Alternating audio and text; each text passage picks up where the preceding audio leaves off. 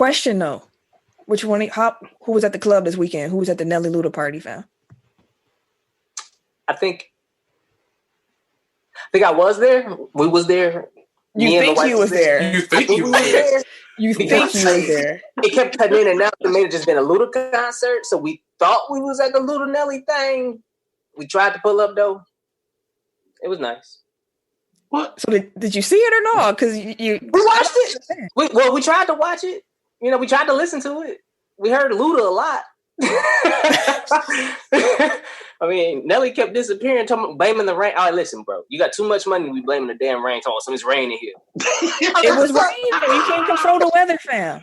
It was raining here. We can still watch. It wasn't raining like it was raining there, fam. It's a whole different part of the country.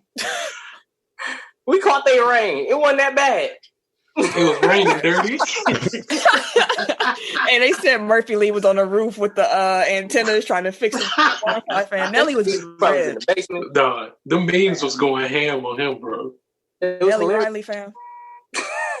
Wait, how Teddy gonna come in there talking shit? Did he really? Yes. Come in like, I'm gonna lose this shit. Like, come on, bro. What? Nah, fam. That's funny. Nelly disappointed me. He did not play the right songs. He should have won that battle. It was closer than a lot of people was going to give Nelly credit for. Mm-hmm. Everything that I was seeing online was like how Luda was going to watch Nelly. And I was like, y'all trip. Y'all hold on a little bit. Nelly got some heat. Nelly got drunk, though. Nelly was drunk as fuck. Nelly was playing songs and dancing. And he was like, I'm happy for him that he had a good time. But I'm upset he didn't play Batter Up or Number One or Lovin' Me. Or Midwest Swing. Like over and over. Like he's gonna play a country song, fam. Play the one with Tim McGraw. Don't play. You played my song though. And that's why he lost that round. Just a dream. That's why he lost that round. That's exactly. I was like, hey, this is. That's why I text y'all like, this is the shit I was talking about. Tried to tell y'all. Y'all was like, what song is that? Listen, it was a banger. We were still asking what song is that when it came on. Exactly. When it came, like, what is this? Eric, did you pull up? I know you said you was excited for the concert. No, honestly, I forgot, and then I was out running errands, so it didn't happen. Dang. You weren't in the house? No. That's social distancing. No. I was at the hardware store, so like they make everybody wear a mask. So yeah. I was like, you good. That's all right. You can be. Y'all ready to start the show? 150, 3 years in it? 150. 3 of them. 150. Your favorite number. This must be my goal. You get it, baby. Go ahead and give me that shit. Dude's editing a bell for the actual podcast. No, we don't need that. Yeah, you need one before we actually start the show. You need 3 of them just get so principle. Okay. Fuck you, dog. Anyway. All right, let's start the show, though.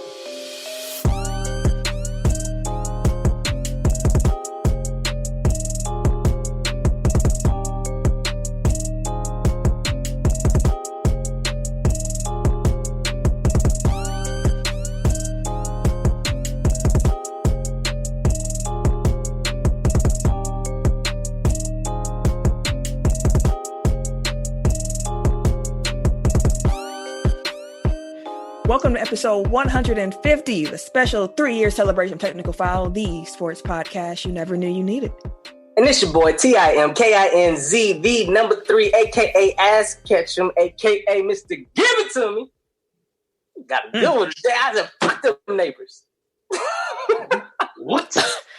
Why are you so aggressive right now? Exactly. To see y'all faces. I am the Eric J. Only known as the Eric J. And I'm Camille, point guard of the crew, the real life Tifa Lockhart, the girl next door. You know, holding it down for all the women who love sports.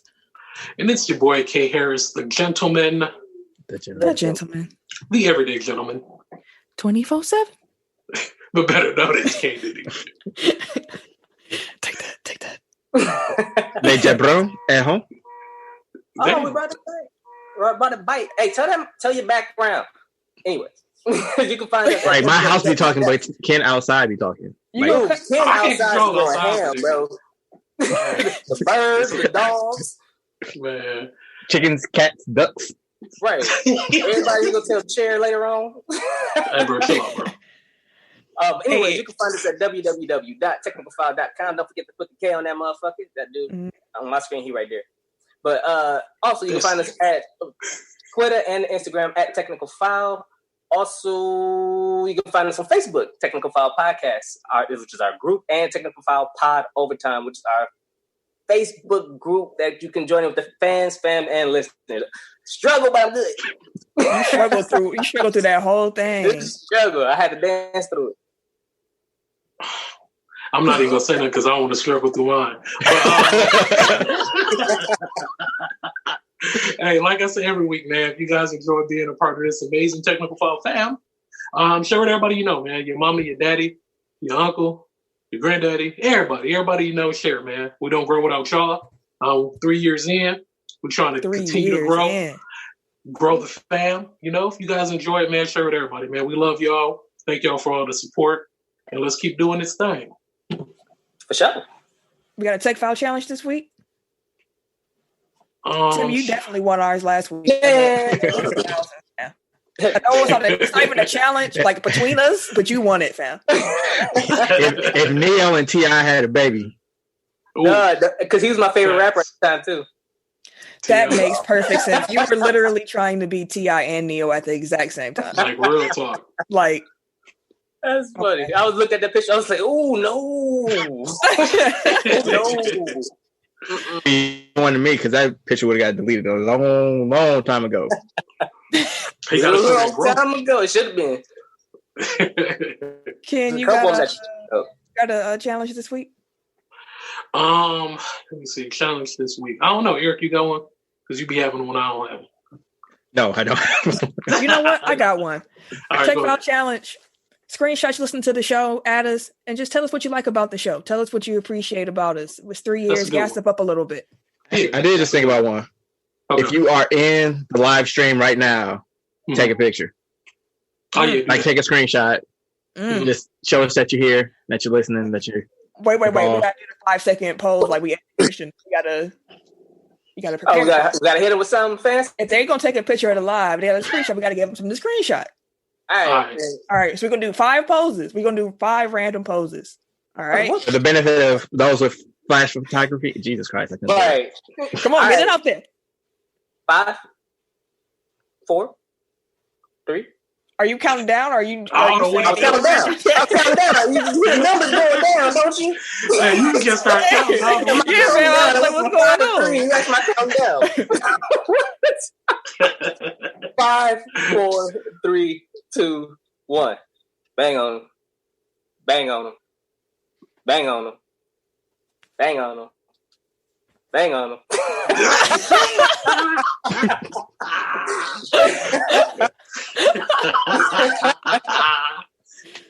And if you listen back to the podcast right now, my challenge still applies to add a screenshot of the show. Let us know what you appreciate about us. And if you got pictures from that we just did, I want to see those because I feel like Eric was wilding out. I don't know if anybody. I thought I saw fangs for a second. I didn't know what was happening. Oh, you got a grill? Nope, just my teeth. Oh, for sure.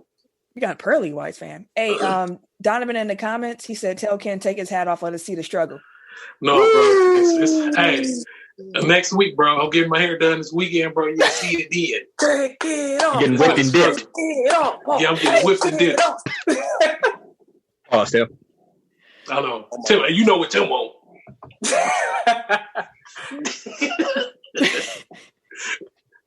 Shout out to everybody in the comments saluting us. Hey, mama. My mama in here. Hey, mama. Yeah, Shout out to Greg. Shout out to Ray. First podcast today. Well, welcome, sir. Welcome. Yes, I'm drinking wine. Well, the mayor's in here. Sierra in here. What up, y'all? All right. But in a roundabout way, let's get back to it. Wherever you find podcasts, you can find us. That includes Apple Podcasts, Google Podcasts, SoundCloud, Stitcher, Spotify, okay. iHeartRadio. Oh, we got a good one today. We got a good one. Hey, on what? Man, got excited. Almost that sounds like the last heartbeats. The what? Like the heart just petering out. Himalaya. Like a player. Wooshka. And wherever you are listening or watching this podcast right now, while there, make sure that you like, subscribe, rate, and review. 5 stars or better. It helps us and we appreciate it.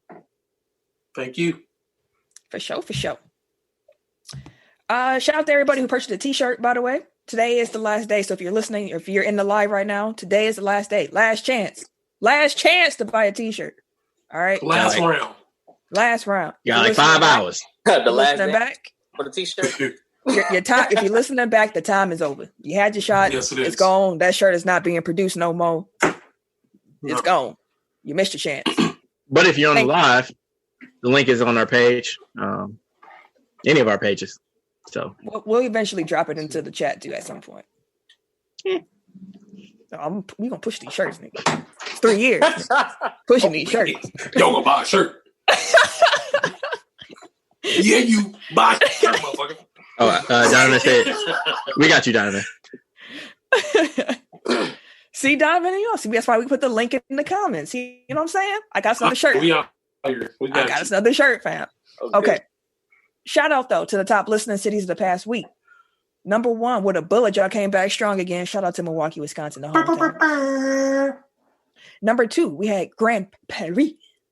That's how I wanted to say it. I'm so excited. That ain't even it. We'll be back next week. That ain't even it, fam. It's Grand Prairie in Texas, fam.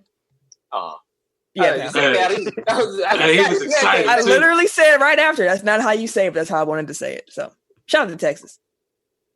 It's a lot of Texas in here this week. Like Texas, Texas is running it this week. Appreciate you, Texas. Number 3, we got Oakland, California. Oaktown. Shout out. Number 4, we got Stoughton, Wisconsin. Y'all back again. Appreciate y'all. Stoughton. Welcome back, Stoughton. Number 5, we got Fresno, Texas. Fresno. Number 6, we got Houston, Texas. H-Town always show love. Number 7, we got Frisco, Texas. Okay. Number 8, we got St. Paul, Minnesota. They still get cold in Minnesota, though. You don't get the song. Number 9, we got Minneapolis, Minnesota. It get cold in Minnesota. Hey. And number 10, we got Dallas, Texas. Shout out to our international listeners in Canada, the UK, and in Spain. Shout out. Now, let's talk about what we got to talk about this week, y'all. Let's get into the topics of the week. So, oh damn, my fault. I just wanted to say because we was on the live. I got my headphones for the dramatic. And also, I don't think Ken got the doc pulled up, so he ain't even gonna see the cues, so it's gonna be all freestyle. Well, I do. I'm looking at it right now. Are you looking? Oh, that's you looking at it right now? Yes. Look at you, found your way back into the doc. Trying to put me out. Hey, as soon as we get live, everybody can see it. Now you want to put me out like I'll be doing shit. Look, nigga, I'm in the doc. You know you can't see it. I'm in it, motherfucker. Oh man. Anyways, Tech File Cinema. Go ahead, y'all. Tell the people if they're new here what that's all about. In a world where we're all quarantined. See, you're right, Camille. What? Damn, dog. We tried to give you Benny. Because I wrote like a whole little script in there. But it's all right. It's cool. We're going to roll with it. I'm looking up. Oh, see. Where? Yeah, it's a whole... Nope, keep going. Just off the hip. Let's go. Hey, you can't do that when I'm drinking water, fam. I hit the rewind. Let's start it over. I do not see that shit. It's in the world. You know what? And Ken don't words on screens. The adventure begins when you start reading.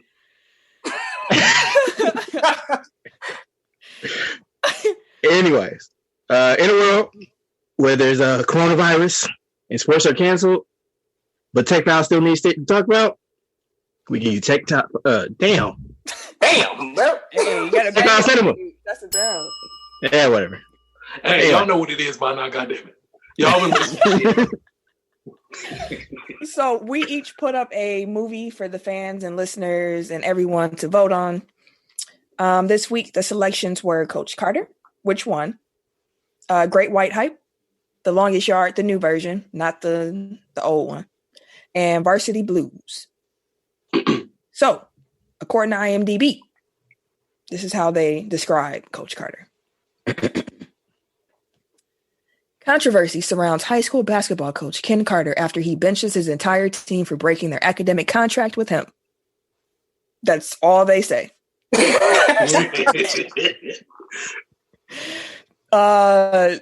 Can someone else give us a more accurate summary of what Coach Carter is about? This is based on a true story, right? Yep. Loosely, but yeah. A loosely true story. So pretty much, he came out to Richmond, and he decided to start coaching these kids who he decided to make a better life for. A lot of them didn't give a fuck about him in the first place, so they was trying to fight him and all that crazy crap. He had to hem one up, grab him by his afro, throw him against the wall. You know, he had to show him who the boss was. Grab him by his afro. He did. He grabbed him by the curly fro, threw him against the wall. Like, man, don't break his face. But he had to put some structure in their lives and shit. And yeah, it was played by Samuel L. Jackson, so it wasn't that many motherfuckers in there like I thought it would be. It wasn't. Not from Sam. No, I was surprised. It was PG-13 or 14 too. So I was like, Pretty sure it was 13. I think only TV shows are 14. Yeah, PG-13. Yeah. So I'm surprised there weren't a couple more motherfuckers in there. But I mean, it was. You can only say it once. Listen. Otherwise, you don't have a PG-13 rate no more. Oh, like Tech 5 wouldn't be PG-13 after like 2 minutes.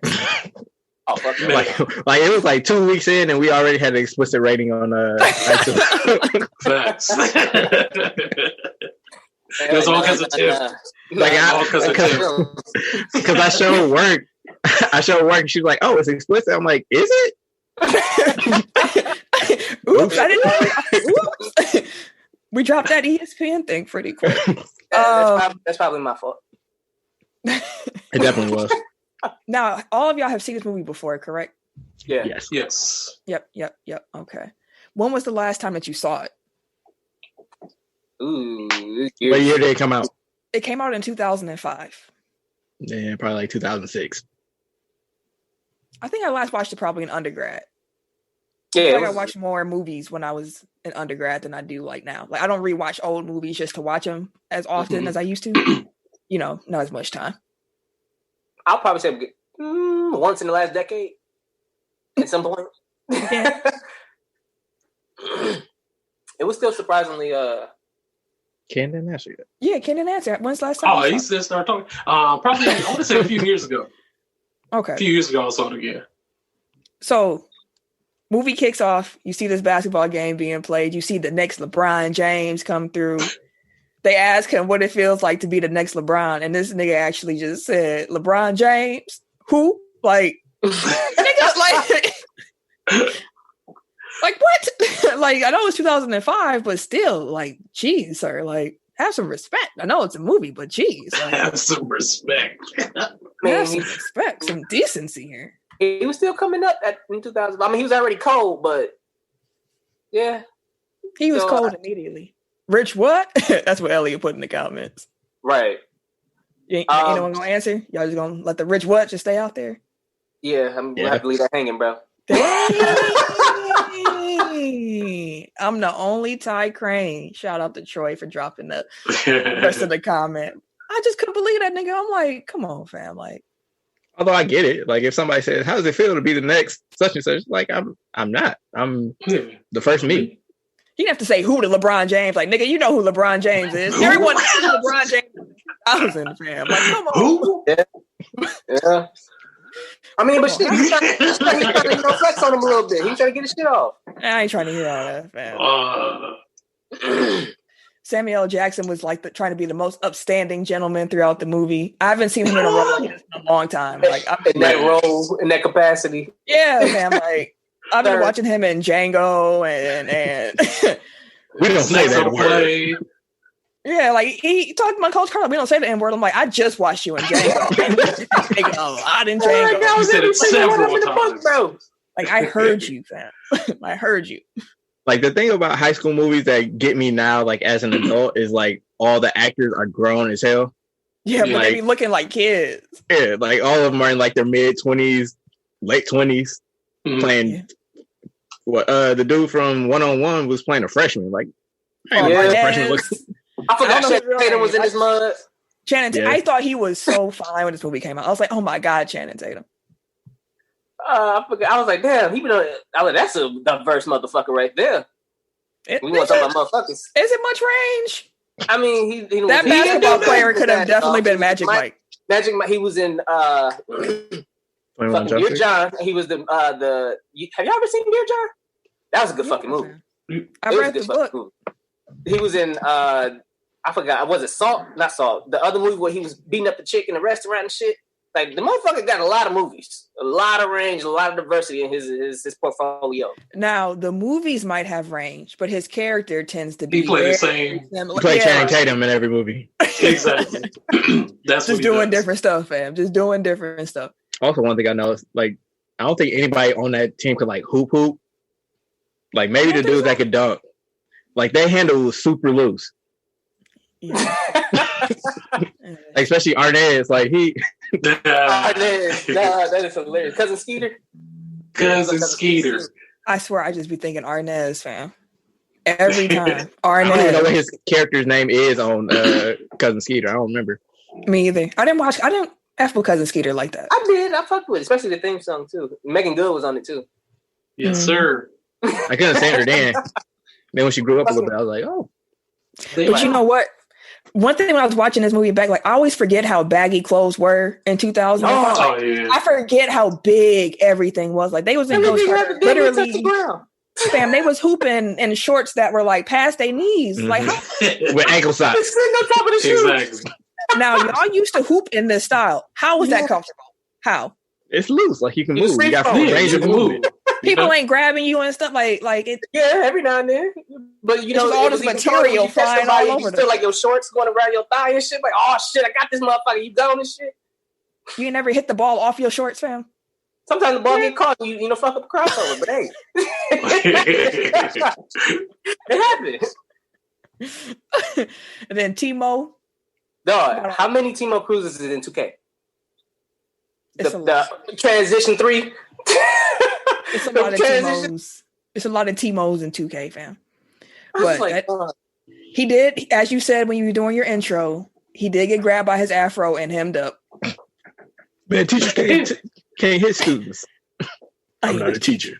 I'm not a teacher. Trying to kill me, bro. Fuck. I'm the basketball. I will say, like, I didn't see like the Nelly Ludacris thing, but I did go back like the next day and like just listen to a bunch of Nelly. So between that and then the soundtrack for this movie, like I was just in my 2005 bag.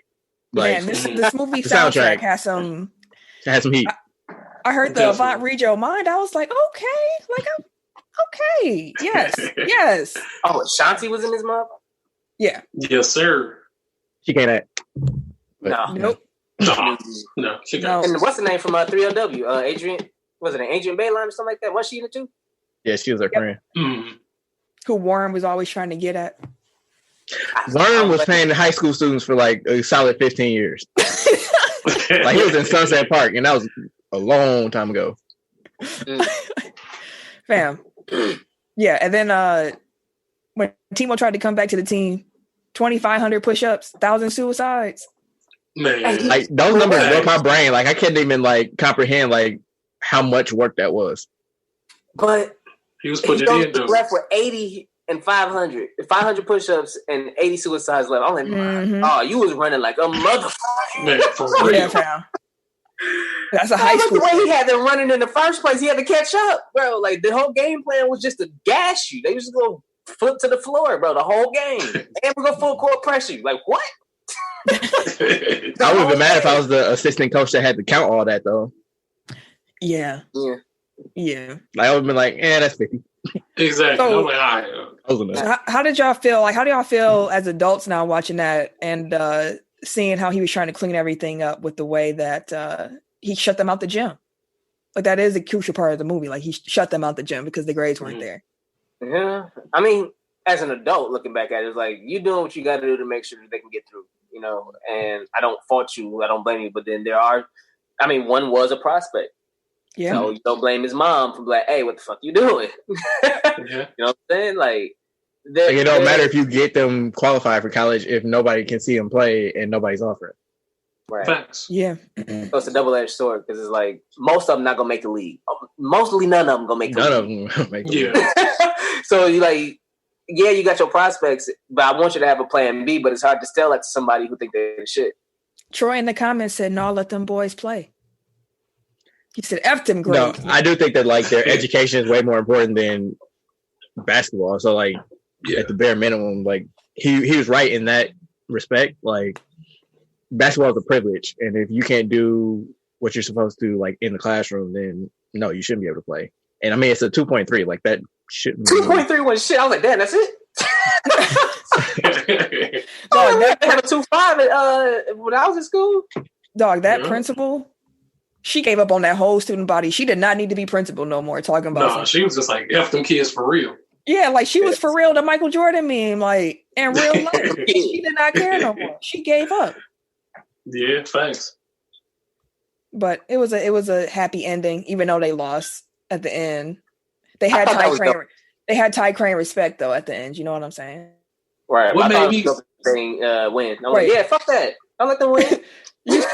You've cut Ken off like every time this nigga's tried to talk to them. I'm just letting it again. I'm finna drink my wine, goddamn it. My bad, brother. Go ahead, sir. No, but the part that made me the maddest, like as a parent, was when they was at the party and his son was there wilding out. I would have like, dog, as a parent, I would have like, dog, if you don't bring your black ass on up here, acting a fool out here.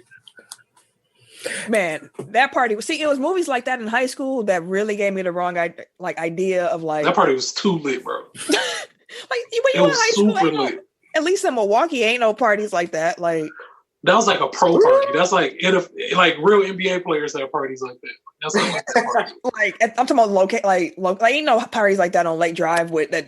We getting it was only a couple of them there, anyways. Maybe it is parties like that on Lake Drive. Only exclusives. Hills. Oh. Yeah. It ain't a lot of us up in that mug though. I did get. I mean, it wasn't a lot of us in that party either. It's just all basketball things. And they the ones showing their ass. Speaking of ass. Elliot said, talk about Ashanti fat ass in them Dollar General drawers. Dollar General? She definitely did get a thong from the dollar store. That's a little, I don't know if you want to put that on, that material on a sensitive part like that. That's... And also, it was a 2 rough of fabric. Elliot said Tulsa Def had parties like that. I guess Elliot got them invites. I can see that. Hey, he was there lit. That's why. That's right. That was me. He was also the people. He was also in there causing a ruckus. I can see that exactly. And he was the one that they had to carry up out that mug. That nigga was hard, fam. Dang, Sierra said definitely did. Okay, y'all. Okay. I went to Milwaukee. She was there late too. You know what? I was at an APS school, so yeah. You know what? I was at a private school, but I was also very much a square, and I didn't do nothing except for like record skits with my friends, so I wouldn't have been there no ways. Anyway, hey, y'all skits was lit, bro. Y'all was ahead of y'all time, bro. Thank you. Thank you.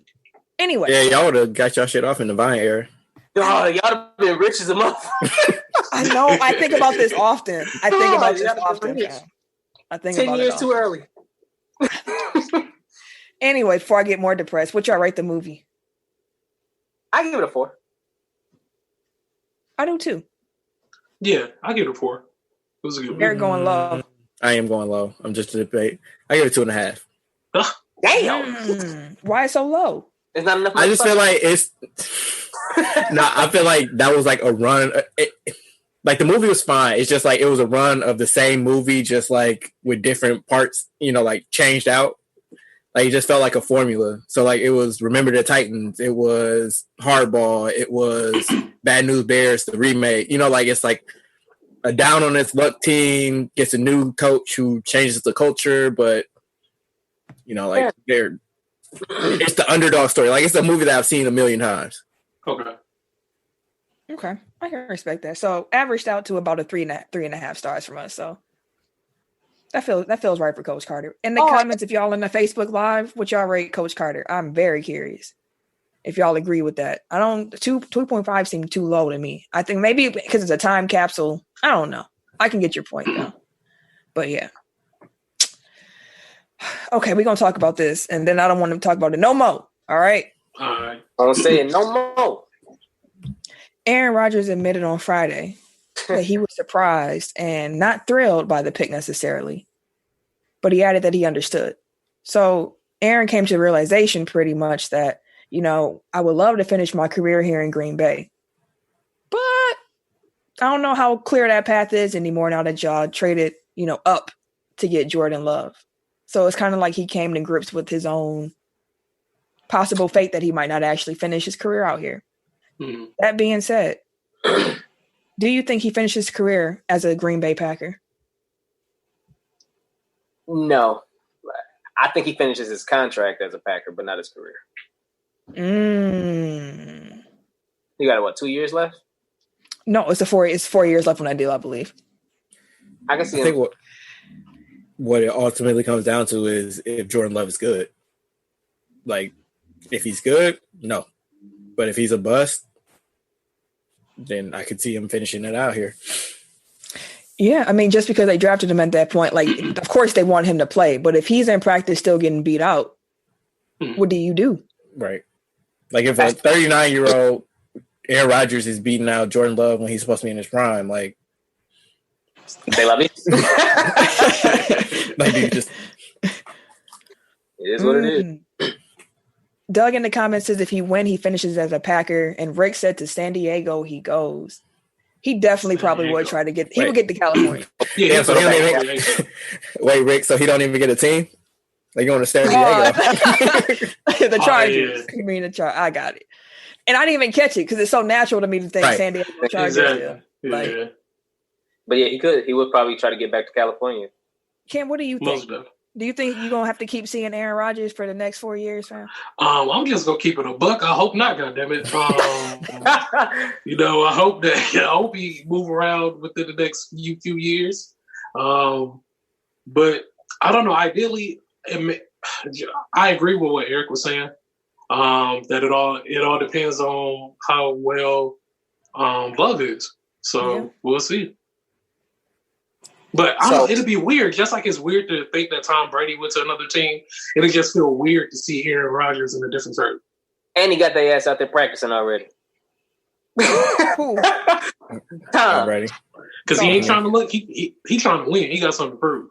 He don't got no time for that bull. The hype video that Big Ben did, he cut his beard off because now he back. He threw a pass to one of his receivers. So, like, man, he cut his beard. He had that big old mountain. But here's the thing. The governor is actually pissed off because he's like, he didn't have a mask on when he was getting cut, fam. Like, you clearly got cut recently. Well, wait, how do you have a mask on when you getting your beard cut? Or he was supposed to be getting cut or something like that. It was something along the lines of like the timing didn't match out and the governor was upset. Like, I saw it today. Roman Reigns got a new tattoo. I'm like, bro, like you staying home from work because you don't want to, expose your new babies, but you getting stabbed like thousands of times by a stranger. Yeah. Or by somebody that doesn't live in your house. Maybe it's a family friend. Still somebody that doesn't live in this house. Yeah, so bringing people in. A needle, fam. It's a needle. You don't want to put holes in your body at this time, fam. I hear you. Well, so my whole thing with Tom was he's trying to dispel. He's a system quarterback. I think. I haven't seen it nowhere, but me personally, I just think that him as a competitor, and he wanted to dispel the shit with. He's only good because of Belichick. It's probably why another reason why he want to go hard this year. Mm-hmm. With Ben, he's trying to stay relevant, but nobody give a fuck about Ben. Honest, truth be told. Like, we'll see what happens. An F about Ben. And Aaron, I really do hope that he is good still. Like, he gives us the time needed for Jordan Love to learn what he has to do. Because looking at long term on it, as a Packer fan, I always want the franchise to do well. granted, I have my favorite players. So I would hope that Rodgers is playing at an elite enough level until that point comes where we have to separate to allow Jordan Love to grow into that person that we think he could be for this long term. We'll see. Let me ask you this. What do you hope happens? Do you hope that the Jordan Love pick works out, or do you hope that Aaron Rodgers is lights out for the rest of his contract? Can both answers?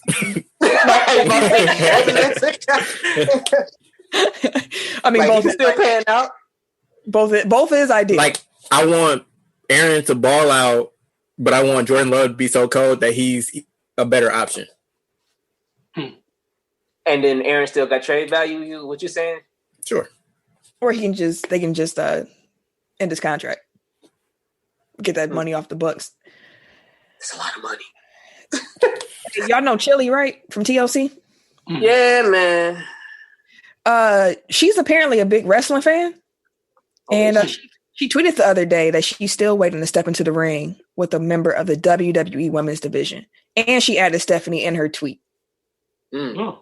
A fan had added her and said they wanted to see her sing America the Beautiful at WrestleMania. And she wrote, "I'm still waiting to get inside the ring with a diva at Stephanie McMahon at WWE." So, okay. I see. Wear her 90s gear and have her do lucha shit like Lita. I can see that. I don't know if she that limber, fam, to be jumping around doing luchador stuff. Do y'all think Chili could actually pull? I mean, anybody can have a match, but like, do you want? Eric's like, nah, fam, I'm not going. I mean, she's probably. I don't even know if I want to see that. Really? You don't think you want to see the celebrity value of Chili trying to wrestle? Nah. I'll pass.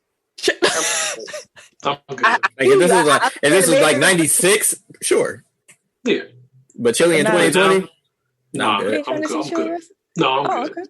Okay. Going over there look cute. They can just pan to her in the crowd and like, oh, it's Chili. Hey, Chili. Hey, yo, Dooch. We going to the radio for the first of 4 times tonight. Hey. You know why we're going to the radio so much? Because it's a celebration. We got 3 years. Celebration. Enjoy yourself. So each of us picked one of our favorite songs that's appeared on WTECK Radio 69.9. But 69 is fine. I was hoping someone would finish the sentence. Damn right. Tim, you up first. So we're going to go into our backstage production. Wait. I'm getting ahead of myself. No, you was good. No.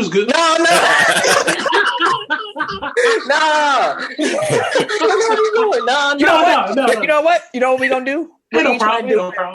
We don't have to explain it. Actually, Ken, tell people what this radio segment is. I was trying to get you out of it, but then I was like, nah, there ain't no way. Like, you just going to have to do it. If people are new here, would you tell them what the radio segment is?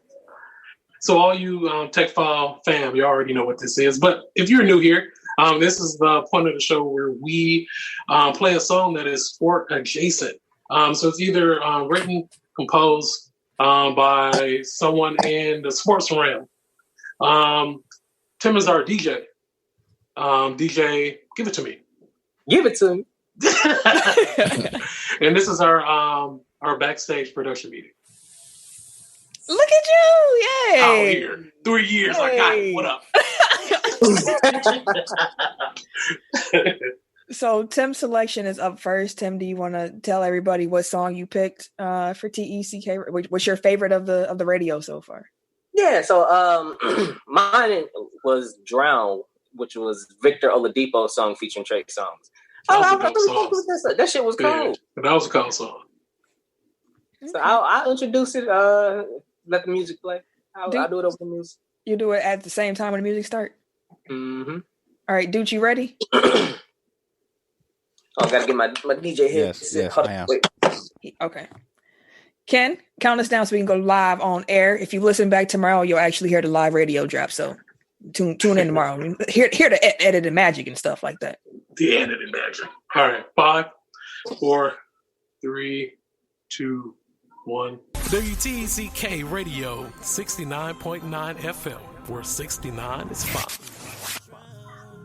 WTECK Radio 69.9 with 69 is fine. This is your boy DJ. Give it to me. We got Drown. Victor Oladipo featuring Trey Songz. What if I was made for you to enjoy? And the This was cold, though. Like, I mean, it's your song, so of course you're gonna be. No, it's a good song. Though. It is a good song, though. Ricky ass Vic.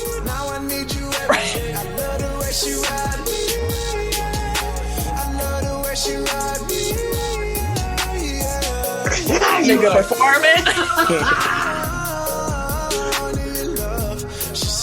Hey, Trey came in snapping.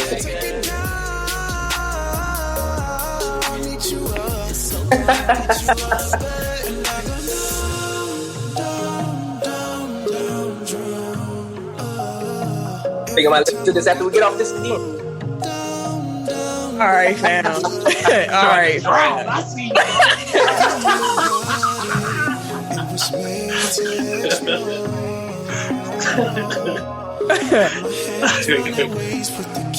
I'm waiting on Trey to drop some new stuff, by the way.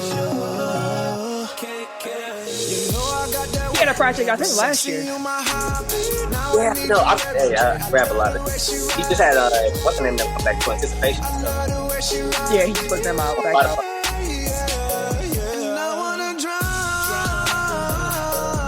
What's our next topic? Let me see if it's appropriate to talk over Drown too. It's not, but it's gonna be funny. Can you turn this down? Can you turn these down a little bit? We're gonna just talk over the rest of this song. We're gonna keep it going. All right. Damn, you know what? No, it wouldn't have been. Never mind. I'm about to say the Rodgers conversation would have been good, but because Jordan Love, but I'm just trying to play off the Love name and nah. What? I'm gonna say you trying to insinuate. I was trying to tie it together, but it wasn't segueing the right. Nah, bro. Nah. It wasn't early. Go ahead and take that one. Go ahead and take that in. I don't want that shit. Go ahead and get that in real quick.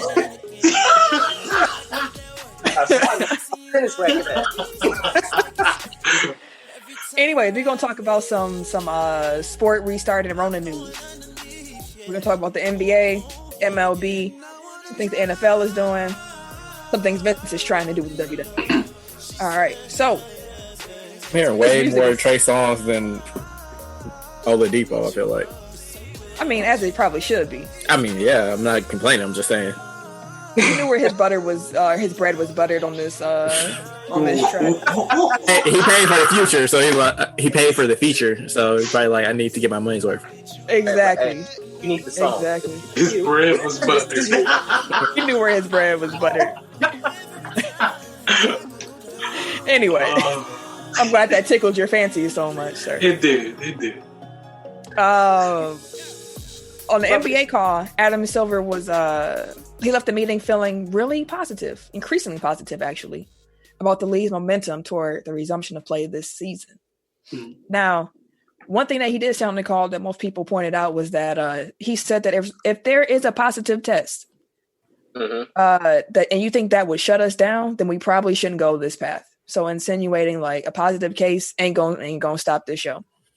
I wanted to know what y'all thought about that. And also, like, how many positive tests at that point becomes too many?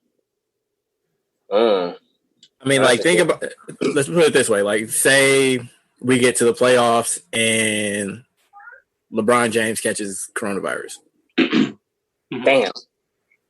Like, do we just chalk that up as, like, he got to go? Oh, like, are we going to look at it like it's just, it's an ill-timed injury, like spraining an ankle would be, or is it a bigger problem? Or if LeBron James gets it. What you say, Ken? If LeBron can't go, nobody going, goddammit. Shut it all down. I mean, low-key, the conspiracy side of me is kind of like, what if someone tried to like give somebody the coronavirus to get them out of the playoffs? Mm-hmm. That's trash, though. That's wild. I know it is, but like that's super trash. It's because it's not even necessarily that they get sick. It's just that they have it, even if they're asymptomatic. Like they're still out. You know what I mean? So I know we're gonna talk about it later, but like Jordan and the pizza. Oh yeah, we're gonna get there later. Yeah, fair. I have a different conspiracy theory about that, but we'll get there. Well, let's get on through this then. But yeah, I mean, we talked about it a little bit last week. Like we're gonna start hitting a new normal, and I think all that's about at this point is trying to limit risk more so than anything. So if you are committed and people who are all, like I said before, all aware of what they're doing and they want to do it, then they know the risk they're taking. As long as you're trying to make it as safe as possible, I'm okay with it. As long as everybody, and like I said before, including everybody who's working, like everybody needs to be like, I'm okay with this because they're gonna have to stay in that bubble. But like, if that's what you want to do, just try to make it as safe as possible. Yeah, because the players really like a lot of these players want to come back to these and start getting these games in and stuff like that. Especially because some of them, I think NBA players had to pay some of their money back, didn't they? Mm-hmm.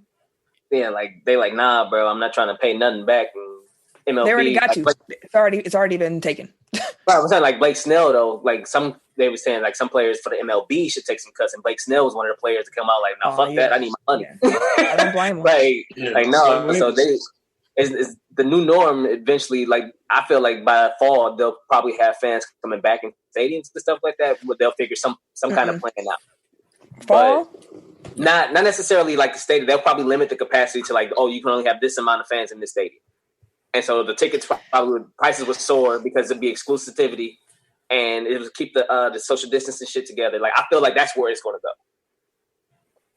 Could be wrong. I think they're going to play games now. I don't think there's going to be a fan in the building for any professional sport. The rest of the year? Not the rest of this year. And if they do put fans in, it's going to be what you said, and it's going to be, I mean, like limited. Like right, and that would price boom would be crazy. And then, but it's like, what's the point? Yeah. What's the point? I let people like being exclusive.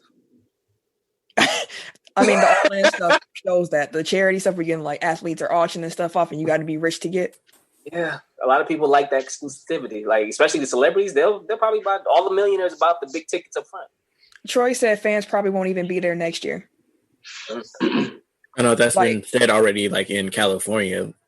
Yeah, it was earlier on, so like the projection might have changed, but I think either the governor or the mayor of LA, one of them, were saying that, yeah, he doesn't foresee fans returning until fall of 21 at least at the earliest. Yeah, and I like I said, we talked about it before. Like, would you want to go to a game? I'm straight.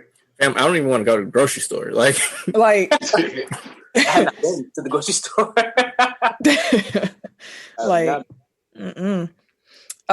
MLB, and they had their huge plan. We talked about it a lot last week. Their plans to return. They dropped like what's going to be like a 67-page document that's talking about everything they're going to need to do on their roadmap to get back to play. Even with how specific that's a hard word. Specific they're getting with what they're going to plan to do to keep everybody safe and get everything going. People are skeptic, or they don't know like if this is actually doable in this time frame. Like, you're trying to do all this by July. Ooh. That's a lot. That's a lot to do in a short amount of time. In a month and a half? Barely? Yeah. A month and a week? Yeah. Yeah. No. A lot of phone calls going on right now. It's probably it's a few happening right now as we talk. Yeah. There's some owners and some governors and some people talking, man. Like they are trying. The NFL engineers and sports equipment company Oakley, they're testing prototypes of modified face masks that may contain like surgical or N95 material. I saw that. Oh, wait, that's kind of dope-ish. Yeah, that's kind of dope. But because then it allowed them to, it gives the players a little bit more sense of safety for them, I guess. Yeah, the players director, the medical director said that he thought that there's probably going to be a recommendation that the NFL figure something out about having the face exposed since they have helmets. Mm-hmm. And he said he's not sure how that would look exactly, but, you know, he was like, the people who are working on it, the engineers and whatnot, they know what they're doing, and they're going to figure out ways for it not to fog all the way up. So that's the first thing I thought about. I'm like, how are you going to play with a whole... I would be more concerned about, like, how do you breathe? Yeah, that too. Can you breathe properly? Because, like, again, like, wearing my face mask out, like, it's not impossible to breathe, but it's just, like, trying to run and, like, already being winded or taxed. Mm-hmm. Like, I don't know. I would imagine it's like more like a filter on the mask, like a gated-ish. Well, more like because they're trying to use the same material-ish. So I would think that it's more like a screen, more so down toward the bottom of the mouth to cover up to here. But you don't have to have the visor though. Like if you fogging up, you don't have to have that. Maybe some might want to have it for eye protection, but a lot of cats don't even have visors. The cool niggas got the visors.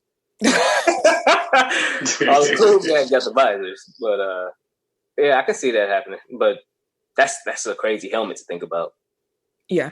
I would like to see what those designs look like. Like, I hope that like engineering students and like they start sketching out like just. I mean, actually, y'all probably shouldn't post that because someone might steal your design. So never mind. I'll be curious to see what they come up with, though. Vince McMahon is said to be determined. Vince has had enough. He wants a crowd for SummerSlam. SummerSlam is in August. He also said that if we can't find somewhere, we might even push it back. He's even open to pushing SummerSlam from August to already fall. September. To when? September. Fallslam, fam. Bro, that's not summer number. He wants a Fallslam. He'll have a Fallslam if he can't get his way. He wants that money. But yeah, that's too money hungry. He wants that money. And they searching, and they said that after the Boston mayor was like, "Ain't no events gonna be happening where it's a large crowd, fam." He was like, "I need y'all to start calling places and seeing where we can have an event. One that might let us have a crowd." I was gonna say he could do that Fight Island idea, but that doesn't solve the problem. So never mind. Yeah, because he want people. It's like there's states that are open. Like you can wrestle in a couple different places now, but if you want a crowd, you ain't gonna have SummerSlam then. Well, that's why he said he was looking in Georgia or Florida, because they, especially Florida, them motherfuckers are like, "Fuck it, do you? You got it." Yeah, pretty much the only thing closed in Florida right now is Disney World and the amusement parks. And that might not be for longer if the NBA comes. So I'm going to just keep on going with that real quick because the WWE actually sent out surveys to fans to find out what could make Raw and SmackDown enjoyable because ratings have gone down. So they wanted to ask fans, what could entice them to watch? So I'm going to ask y'all two of the questions they had, the two most interesting, and I want y'all to answer. Although, Eric, you're not a WWE fan, so this is all hypothetical for you. I understand. Would adding supernatural or fantastical elements entertain you? Like ghosts and shit? Would adding supernatural or fantastical elements entertain you? That's literally what it said. Hold on, let me find out. Would adding supernatural or fantastical... Is he asking Sam? Yes, I'm asking Sam. Give me 2 seconds. Could you mute yourself while you supernatural or a fantastical thing in WWE. Oh, I sure could. But that excites you. Dang, I got the power, fam. I finally got the power. Okay. Anyway, show that nigga anyway. Keep that nigga. I was trying to figure out because that's a wild question. No. You had to call us supernatural powers and shit. With that like exactly. Like it's Who Wants to Be a Millionaire, fam. Phone a friend and shit. He had to phone a friend for an opinion. Phone a friend and shit. It wasn't me. That was terrible. No. We already threw 2 people off. Can I get a 50-50? He came back and put a sheet on his head like a ghost on Twitter. There ain't no 50-50 left. Let me ask the audience, what do y'all think? He's probably gonna type in the comments. Would you like to see the supernatural? Right. Well, you want to see ghosts and shit? Space Ghost, Coast to Coast. That was my nigga, bro. Nelson added though. Wait. When it comes to sports, they should follow how the German soccer league is doing it. I cannot pronounce that, so I'm not going to try. Tim, you know? There you go. Yeah. He said they may be setting the trend. So that's something to keep an eye on. I have to look at. The other question was, would having superstars appear in the crowds add to your enjoyment? Yes. Sorry, going back to the fantastic. I mean, like, people act like we don't already have, like, supernatural characters. Oh, yeah, we anyway. sure didn't answer that question. We got thrown off by Tim. Phone a friend. Yeah, fam. Yeah, I mean, like, I don't know, more diversity, I guess, is good. Like, I feel like the problem that they've had over the last couple of years is, like, everybody's gimmick is just, I'm a wrestler. Like, yeah. So maybe adding more variety will bring in people, like, remind them of their childhood or... I mean, the fantastical... Like, play up, like, the fact that it's entertainment and not, like, you're trying to watch a sport. Yeah. Right. Like what they did with Undertaker and AJ Styles. That's exactly what I was going to say. That they put into that, like do more stuff like that. That was good. Well, Money in the Bank is pretty good too. More filmed matches. Like you can add things to it there because even the stuff with the Street Profits and the Viking Raiders has been hilarious with them going back and forth. You said what, fan? I know that. Oh. Hey, it's the first time that's happened on here. I was just gonna say that I know that he's gung ho about trying to get crowds back, but like take this time to kind of develop like the more artistic stuff, and like maybe that resonates more with a crowd. Like I know people that watched, like people that don't watch wrestling but watch WrestleMania just because you know it was on. Yeah, like they were saying like those things got good reviews. You know what I mean? So maybe play into that, up your production value, and like give people something different, and try to stumble into something new that you can kind of go forward with. I believe AEW uses superstars. They do. So would you like the WWE to start doing that? I was like, yeah. I told Sam that a while ago. I was like, why don't they just put the wrestlers in the crowd? Give us some crowd noise. I mean, and AEW's been using it to set up storylines too. So like, it makes sense to do it. You ain't got no one else there. I mean, they're there already anyway. Exactly. Like, well, you ain't sure they still have some people that they call in but then don't use. So at least get them some screen time and remind people, oh, I forgot they work there. Right. Well, I think that's what they're doing with a lot of these mid-card wrestlers right now. I think they got a lot of their top stars are off. And I had to think about, well, we'll get to Becky later, but I had to think about it a little bit more. But because a lot of their top stars off, you see a lot of their mid-card stars going on right now, which is probably why the ratings dropped too. Like maybe they're trying to build some cats. They're not building, they're using who they got. Everybody ain't trying to wrestle. Yeah. They need to build Slim Pickens out here. Really all it is. Like, Slim Pickens. The mayor pointed out the fact that Vince did wrestle God, so Vince done done some bullshit. Hey, that was funny. Like I shouldn't have laughed at that, but he had the little spotlight coming down to the ring, fam, to be Shawn Michaels' partner. Vince was wild. That is hilarious, dude. He ain't wild, man. That is wild, man. That's a wild boy. We're gonna go back to the radio. This time, it is Eric's selection. We ain't got to introduce it again. Y'all already know what it is. This is the second selection today. So, Dutra, are you ready for the next radio song? Yes. Tim, how do you want to come into the... Hey, the voice of God and shit came out of nowhere. Chill out, man. Like Jesus. I'll talk over the music again. All right, so... Let me call my DJ equipment. Kim, when you count him down, I'm going to just start right where the music goes. So, once again, tune in to tomorrow's actual. If you're watching on the live, listen to the podcast to hear the editing magic that happens when we go to the radio. Kim, would you count us down, please? Indeed. 5, 4, 3, 2, 1. WTECK Radio 69.9 FM, where 69 is fine. WTECK Radio 69.9 with 69 is fine. We got song number 2. I said number 2. Leo, I Wonder. Once again, this was Eric's selection. Like when I look at the songs that we all picked, came in loud. Hey, I was feeling it, man. Right. Too much love got me pushing out and thinking about. What were you saying though, Eric? I was just saying, like, I was looking at the songs that we picked, and they're all kind of indicative of our personalities. Interesting. Sam said she missed the first song. Yeah, you missed Tim's song. It was. Tim's gonna play it for you later. Hey, he finna go swimming in this one. Michael Phelps in this one.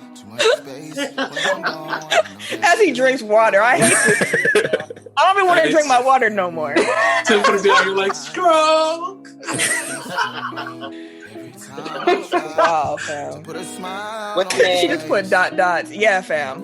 When man. Your husband tripping. Your husband is tripping.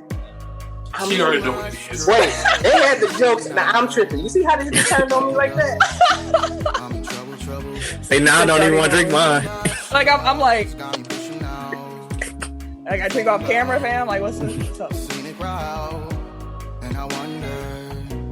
It's just a vibe, man. I almost picked Shaq I'm Outstanding because I wanted the vibe, but then I was like, nah, we don't. I was like, Eric got the vibe covered. Eric got the vibe. That's perfect.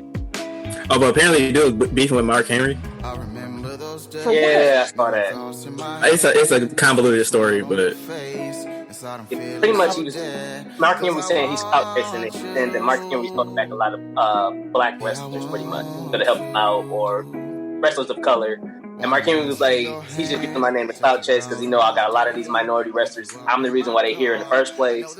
I don't know what he's talking about. He's gonna move around type shit, and like that's not the case. So who knows? He only saying that because he just dropped the album or a song, so that's the only reason why he's using my name. Like that's kind of tough when that didn't happen. We're gonna keep talking over the music. I think it's at a good enough level for us to continue on. Unless I want it down a little bit lower. A little bit lower. Little bit lower as we continue on, because we got to talk about some beef real quick. This song ain't gonna fit the mood, so we're gonna have to go back to the acting thing when y'all, I forget what we called it, but when y'all acting out roles, because we haven't had this happen in a while. We haven't had no beef. But Michael Thomas, the receiver for the Saints, and Devontae Parker, wide receiver, they got into it over a pole. Awesome. They're the ones who are arguing over an opinion right now. Like, they ain't got nothing to do right now. So, Michael Thomas, and I'm gonna need one of y'all to be Devontae Parker. Y'all think about it. I'm gonna tell the people what happened. So, the NFL on Fox Instagram account, they asked, which is tougher? A, make a catch while being guarded by Stephon Gilmore, or B, break up a pass while guarding Michael Thomas. Now, Devontae Parker saw that, and he also had a breakout year this past season with the Dolphins. Yeah, he answered A, a.k.a. getting guarded by Gilmore. And apparently, Michael Thomas did not like that opinion, so he got in the comments. Now, who's going to be Michael Thomas and who's going to be Devontae Parker? I'll be can't guard Mike. Okay, you going to be sensitive, Mike? Okay. Ken muted himself and looked away. Like, nah, fam. I ain't on that today. Eric, you going to be Devontae? Sure. All right. So, they going to do this for you. They going to act out for y'all what was said in the comments. Oh, damn, I actually have to emote because I'm on video and shit. Exactly. You're going to have to actually act today. Okay, the people can see you.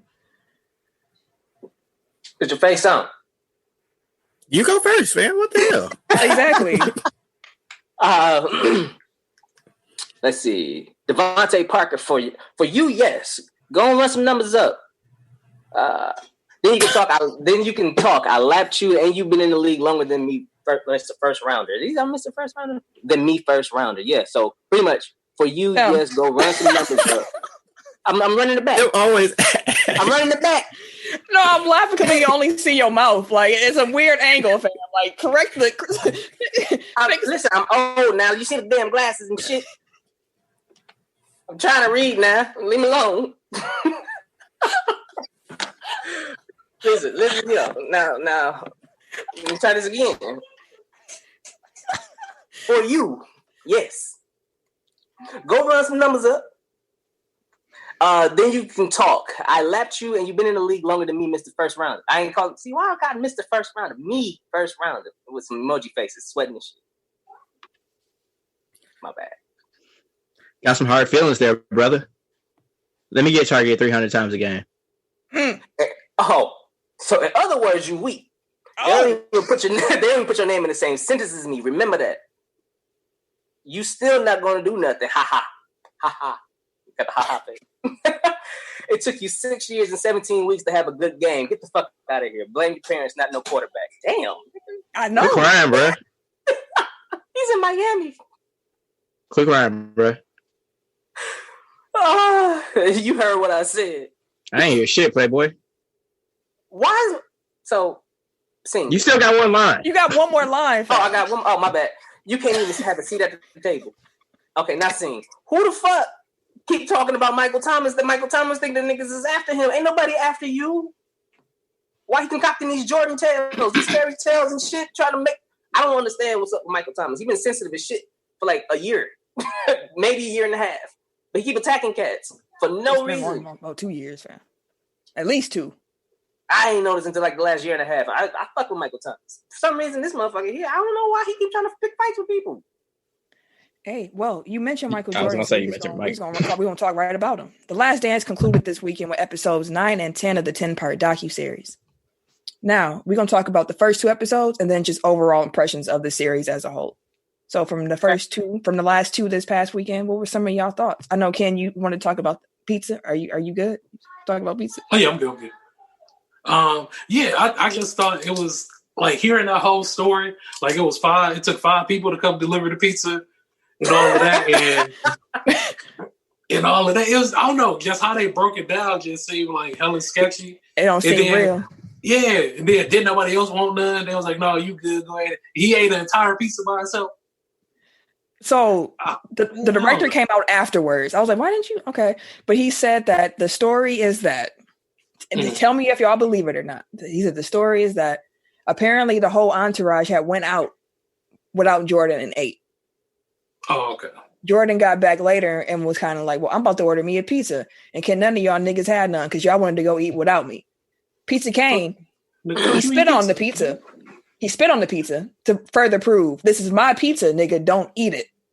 And then he proceeded to eat the entire pizza. You're an asshole. That sounds like karma to me. Hey, you shouldn't have been paying.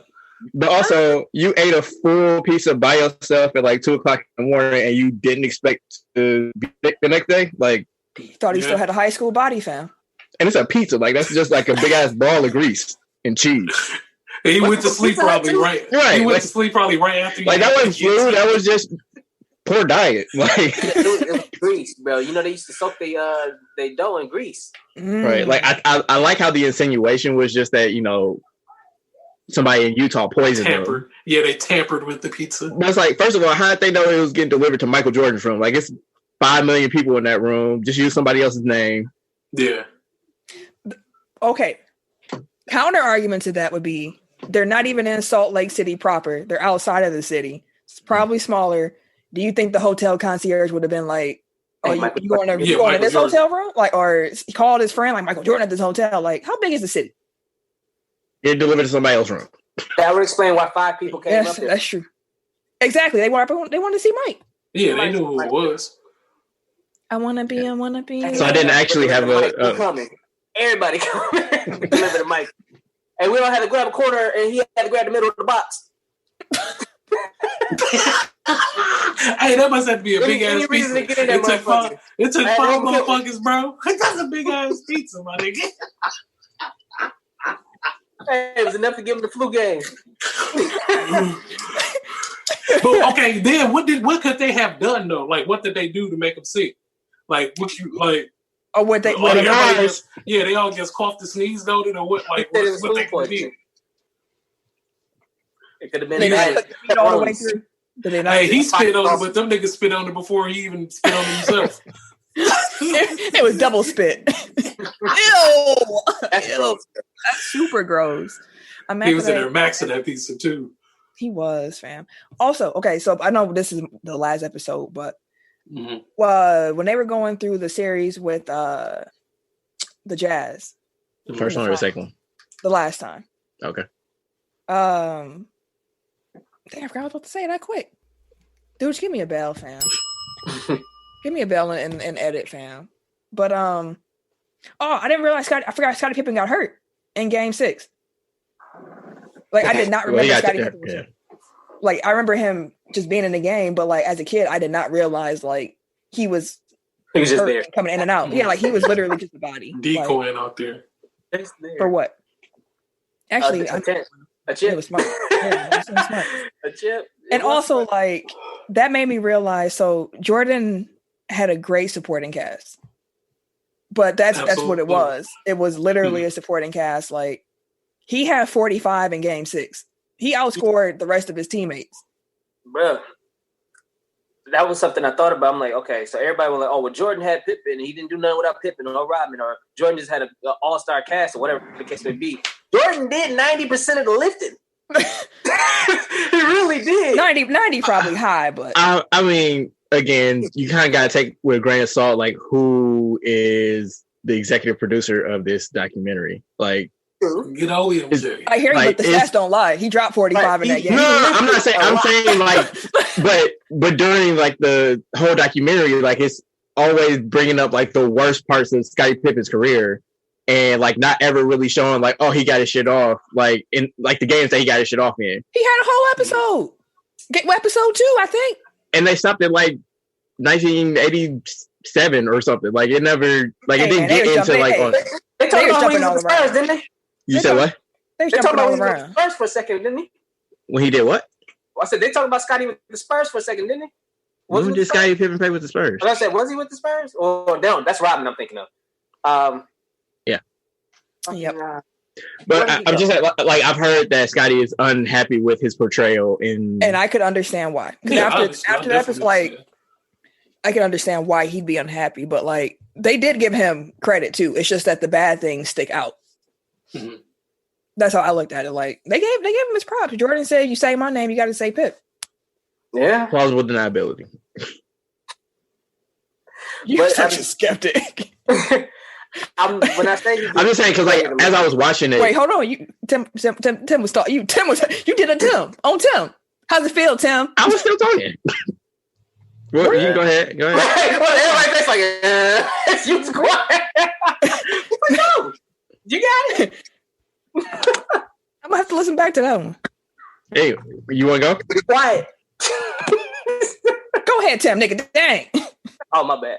Damn, he almost made me forget what I had to say now. Like, he made me forget what I had to say now. You had your moment, then I had your back and everything. You gonna mess up the moment? He fucked it up. That one over there.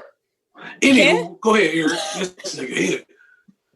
Anyway, I was thinking like as we were going through this, I'm like, dude, Scottie would got killed on social media, and then I realized I'm like, no, they just keep bringing up all the bad shit, like his migraine, which it seems like Jordan still doesn't really believe was a migraine. He was pissed about and that. Then him not going back into the game and his back getting injured, like legitimately injured in Game 6 of the finals, like. The thing that has been most interesting to me about that is like I've been texting my uncles throughout like this documentary series or whatever. And I texted them, I was like, I forgot Scottie got injured like that. And one of my uncles said, no, I didn't forget.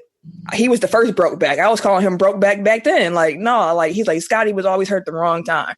And my other uncle said the same thing. He's like, yeah, he's like Pip was good, but like he had the unfortunate body, like he just got hurt. And nothing you can do about it.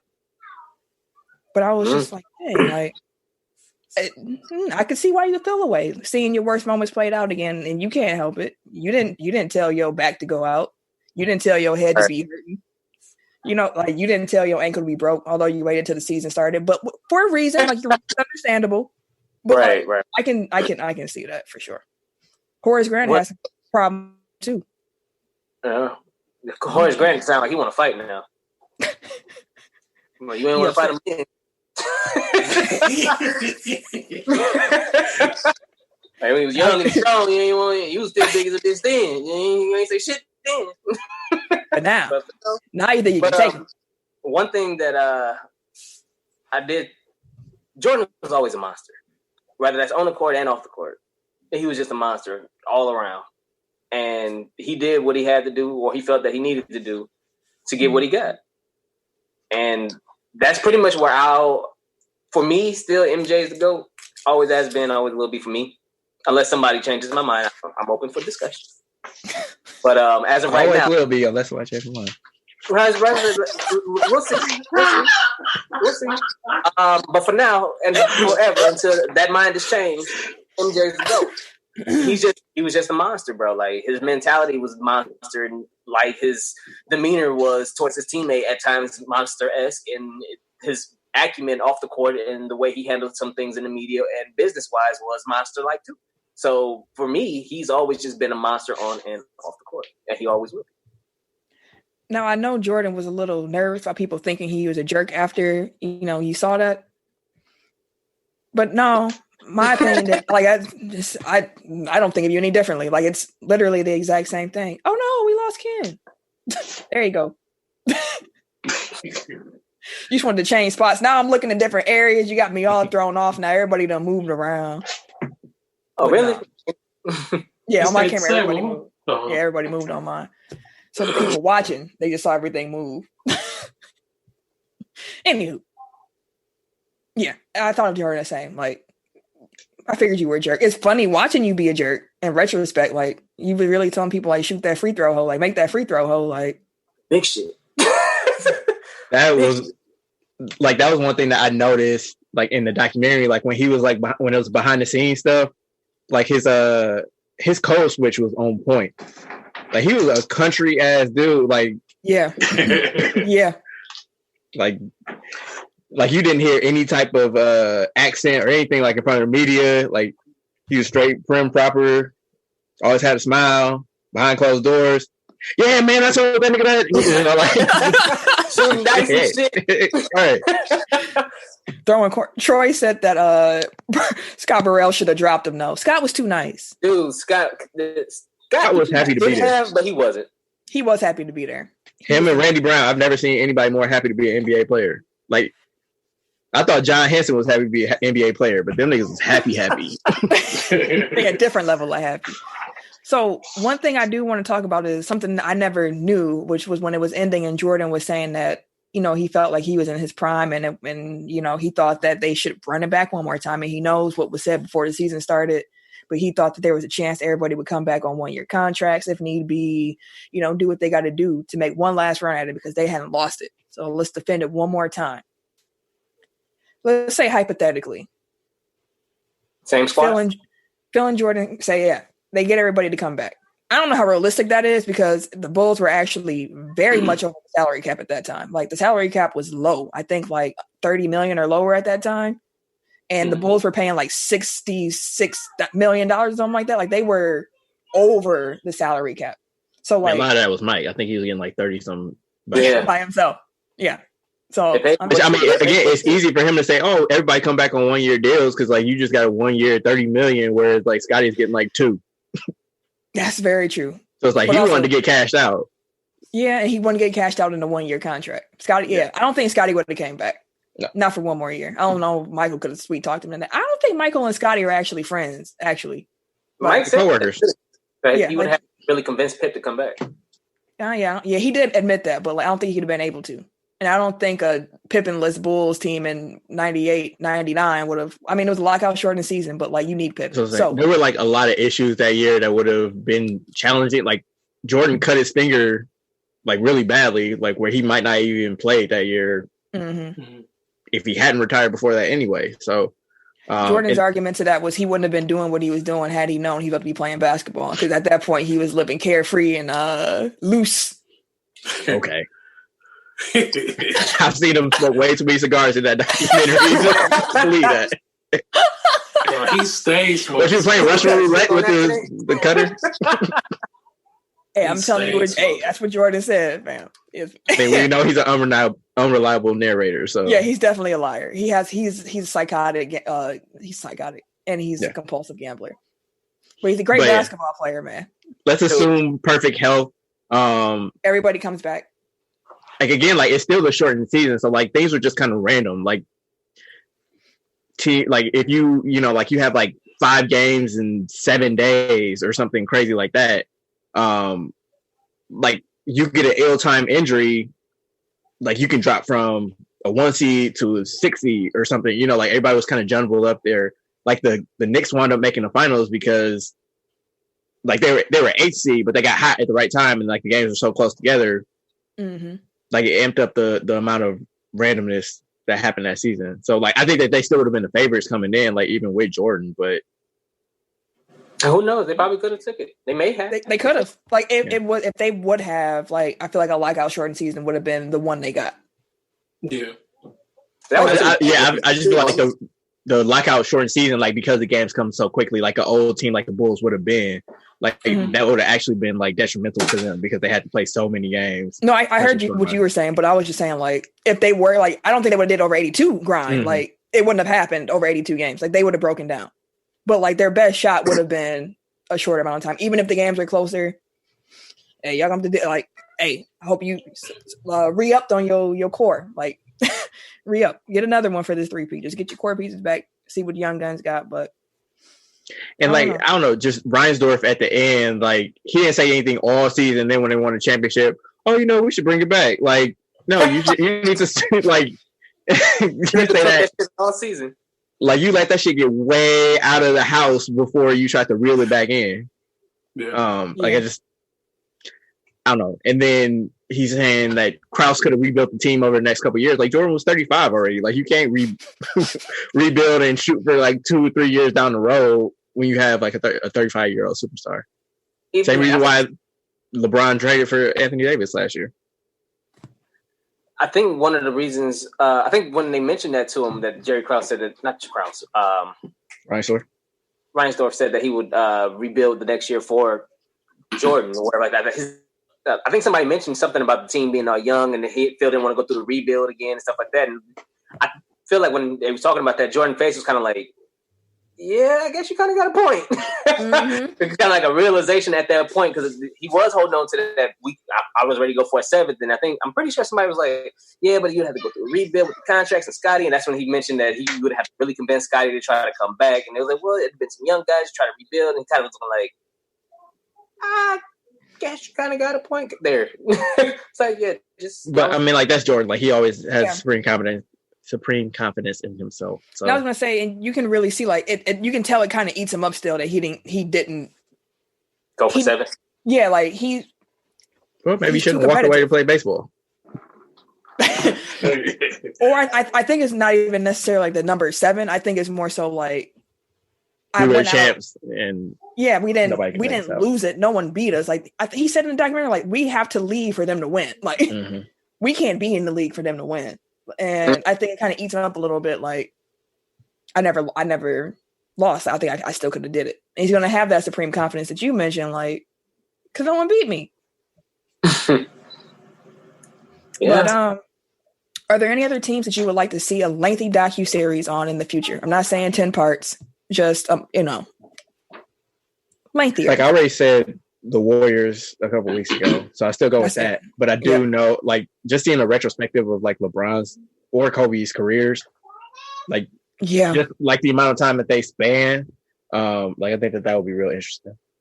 Is it like a combination of like from start with Kobe and end with LeBron? No, he's just saying either or. Two different ones. I just said the Kobe Shaq run. Yeah, that's what Troy just said. Yeah, that's a good one. Mm-hmm. Even the Heatles, if they would actually like be honest about the Heatles and what was happening in the background. That's gonna be too Hollywood. It would be that's the problem with LeBron. Like his image is so like maybe you got to wait 20, 30 years like Jordan did. Yeah, and I mean we kind of see a little bit more of the unfiltered LeBron on the Shop on HBO. So it's like we see he can let it down a little bit, but like I hear you. It is mid because he's still controlling his image. Like that's very calculated, candid conversation. That is true. That is true. Yeah. I think the Patriots dynasty would be fascinating to see. I said that one. That would be great to kind of run through that. Yeah. Yeah, because like you get into like the Hernandez stuff and all the cheating scandals. Randy Moss. The Belichick Brady feud, apparently. Yeah, the breakup. The personal trainer. Mm-hmm. Personal trainer coming all in and stuff. Like, yeah, like. But again, like that's a 20-year run, basically. Yeah. That might have to be a 10-part. The Patriots might have to also get 10 parts. They might have one. they might have one coming because that's a lot. Yeah. That's a lot of storytelling in that franchise for that long. Yeah, it's some good ones, man. Do you guys feel underwhelmed about the amount of like 98 footage that we actually wound up getting? A little bit. I could have watched the practice footage forever. Like you could have gave me an hour of like them behind the scenes, but I did see that ESPN's actually airing Game 6 with the 97, 98 cameras tomorrow. So you get to see it the way they recorded it. So I'm actually looking forward to watching that. So if you're listening, a day one listener, Wednesday night on ESPN, they're showing Game 6 with the Last Dance footage. So. That makes me wish that the NBA had like NFL films equivalent, because like seeing those games in HD and like they were like you could see like the footage so clear, where it's like trying to watch a game from like the game, the way that it was aired, like it was terrible. Standard def was trash. It's gonna be SD done. Super green. But the NFL has like HD quality video from like the 60s. So I don't know how they did that, but because they shot it on film. Oh, okay. Hey, they stuff be looking great. They really do. Let us know if you watch it on the Facebook Live what you thought of The Last Dance. If y'all could rate it 1 through 5, what would you rate that docuseries? I'm asking y'all 5. Yeah, I'm gonna say 5. It's definitely the best sports documentary I've seen. I'm conflicted because I feel like the docuseries itself is probably about a 4 or so. Like there are some other really good 30 for 30s. I know this one was long and we got to see a lot of it, but like there was something to the point, and it is just like, and you're just like my God, like captured. So I'm gonna give it a 4. But like if I could add in like social media, like that whole aspect of it and talking about it, it's definitely a 5. Yeah. Like everything around it made it a 5 to me. Like the situation that we're in when we got to watch it, how they slow rolled it. Like they literally finished 9 and 10, I think, like this past week before it aired. So like they were hustling to get this done, and you kind of tell then a little bit, like it feel a little rushed in, but it was good. Yeah. But yeah, like you have to give the people what they want.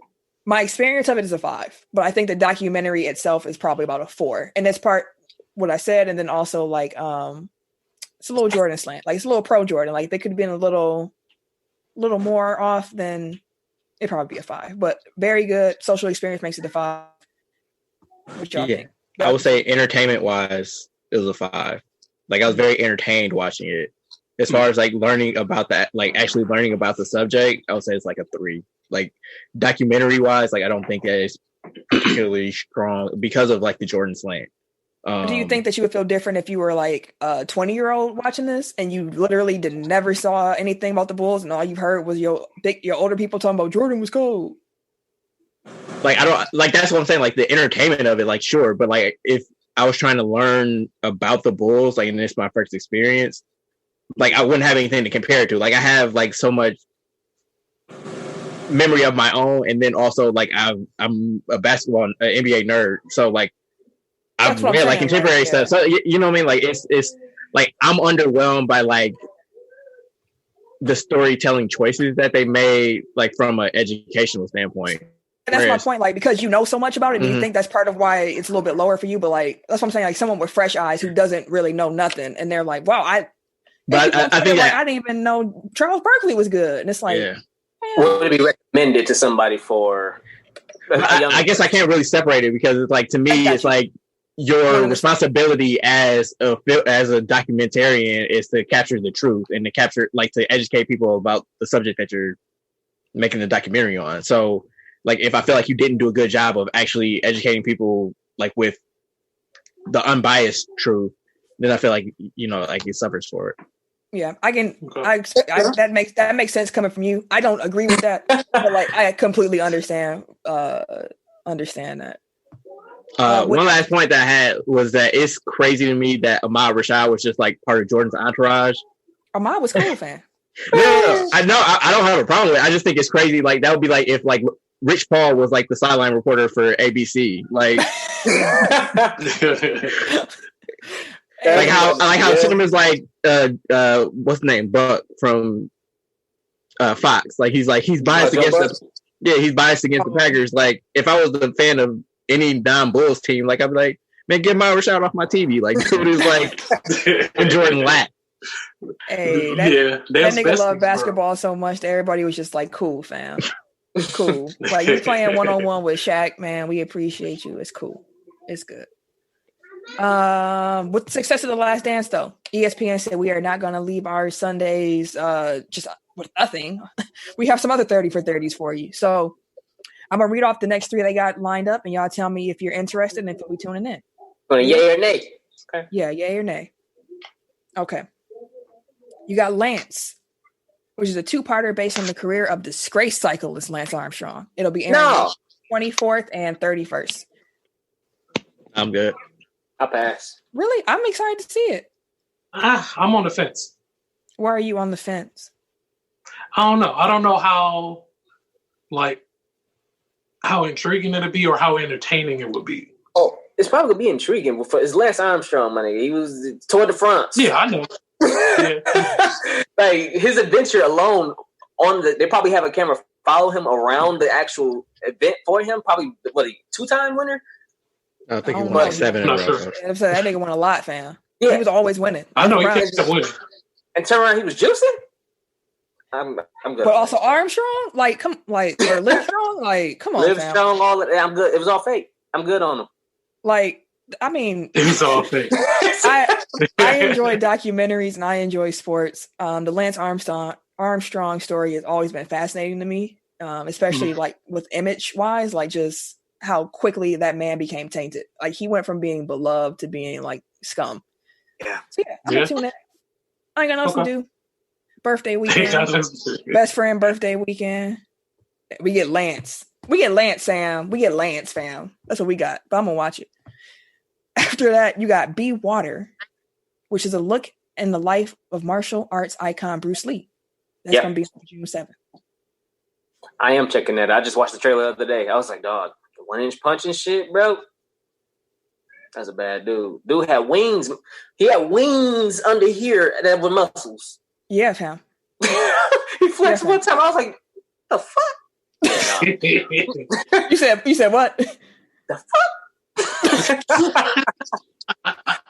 No, Bruce Lee. I actually used to love like Bruce Lee and shit. So yeah, check it out. Yeah, that one's gonna be dope. That's gonna be a good one to watch. I don't know too much about Bruce Lee. Like I know the nigga was cold. I don't either. So I'm looking forward to learning. Mm-hmm. Eric, you gonna be watching Be Water? No, I'm good. He might fuck with his principles and shit.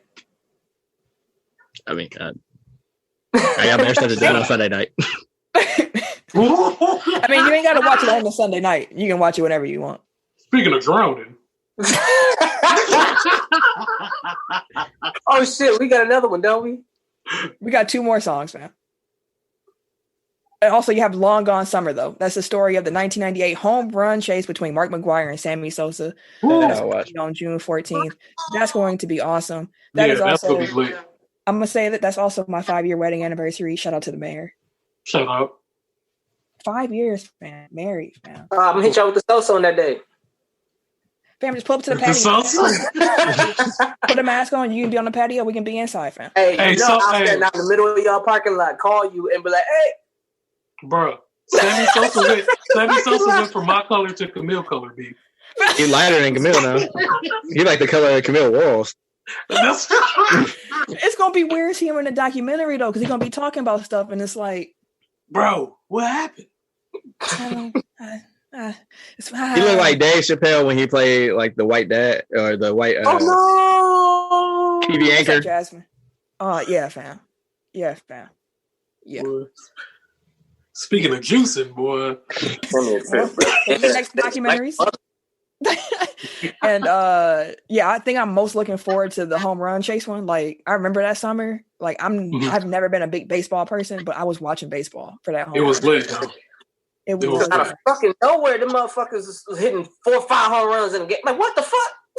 Mark McGwire had like a couple 4 home run games. The Sammy was having 3 back-to-back home run games. Like dog, what the fuck? It was OC. It was like wild. 3 home run, 3 back-to-back, 3 home runs. Like dog, what superstars, the fuck? Man.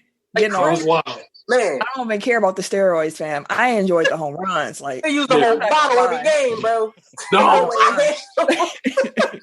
I'm happy he took that bottle, fam. I was enjoying it. They was in 60 to 70 home runs. Hey, dude, that's hard to do on the show. On the video game, it's hard. And they do it in real life. You gotta put that shit on. Take all the sliders, put them all the way up. Exactly, bro. They do it in real life. Play on beginner. Yeah, you started with 57, fam. All right, we're going back to the radio for the third time. My time. We ain't got to explain it once again. You already know what it is. My song selection was Dame Dollar, Bad Little Bit, because it's a bop, and I enjoy bops. Feels good in the spirit. Dame got his shit off. And I've been a little down. Let me get some a little bounce to it. Let me get some a little bounce to it. Dooch, we ready for song 3 for the radio? Tim getting his DJ earphones back. Yeah. Gotta find equipment. Hold on. So, Tim, do you want to come in before the music, or do you want to? Fail. Just figuring it out. Do you want to come in with the music, or do you want to talk and then cue Do-Chan? I'll do it before the music. All right. Ken, are you ready to count us down? And people, make sure you tune in tomorrow. Listen to the editing magic. Count us down for the radio, sir. 5, 4, 3, 2, 1. WTECK Radio 69.9 FM, where 69 is fine. WTECK Radio 69.9, where 69 is fine. We got number 3. We got Bad Little Bit by Dame Dollar. Fuck one. 4 grams. He was turned. Neck, wrist, ears, yeah, froze. I got a bad little bitch. Hey. Hey, he got off.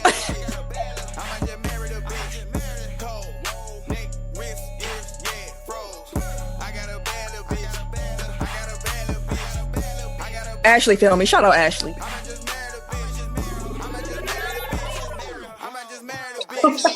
Sierra got the flames in the comments, fam.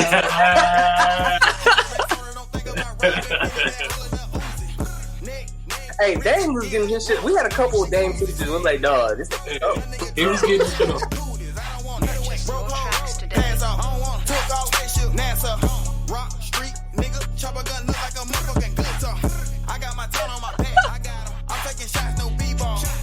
Tim nigga getting loose.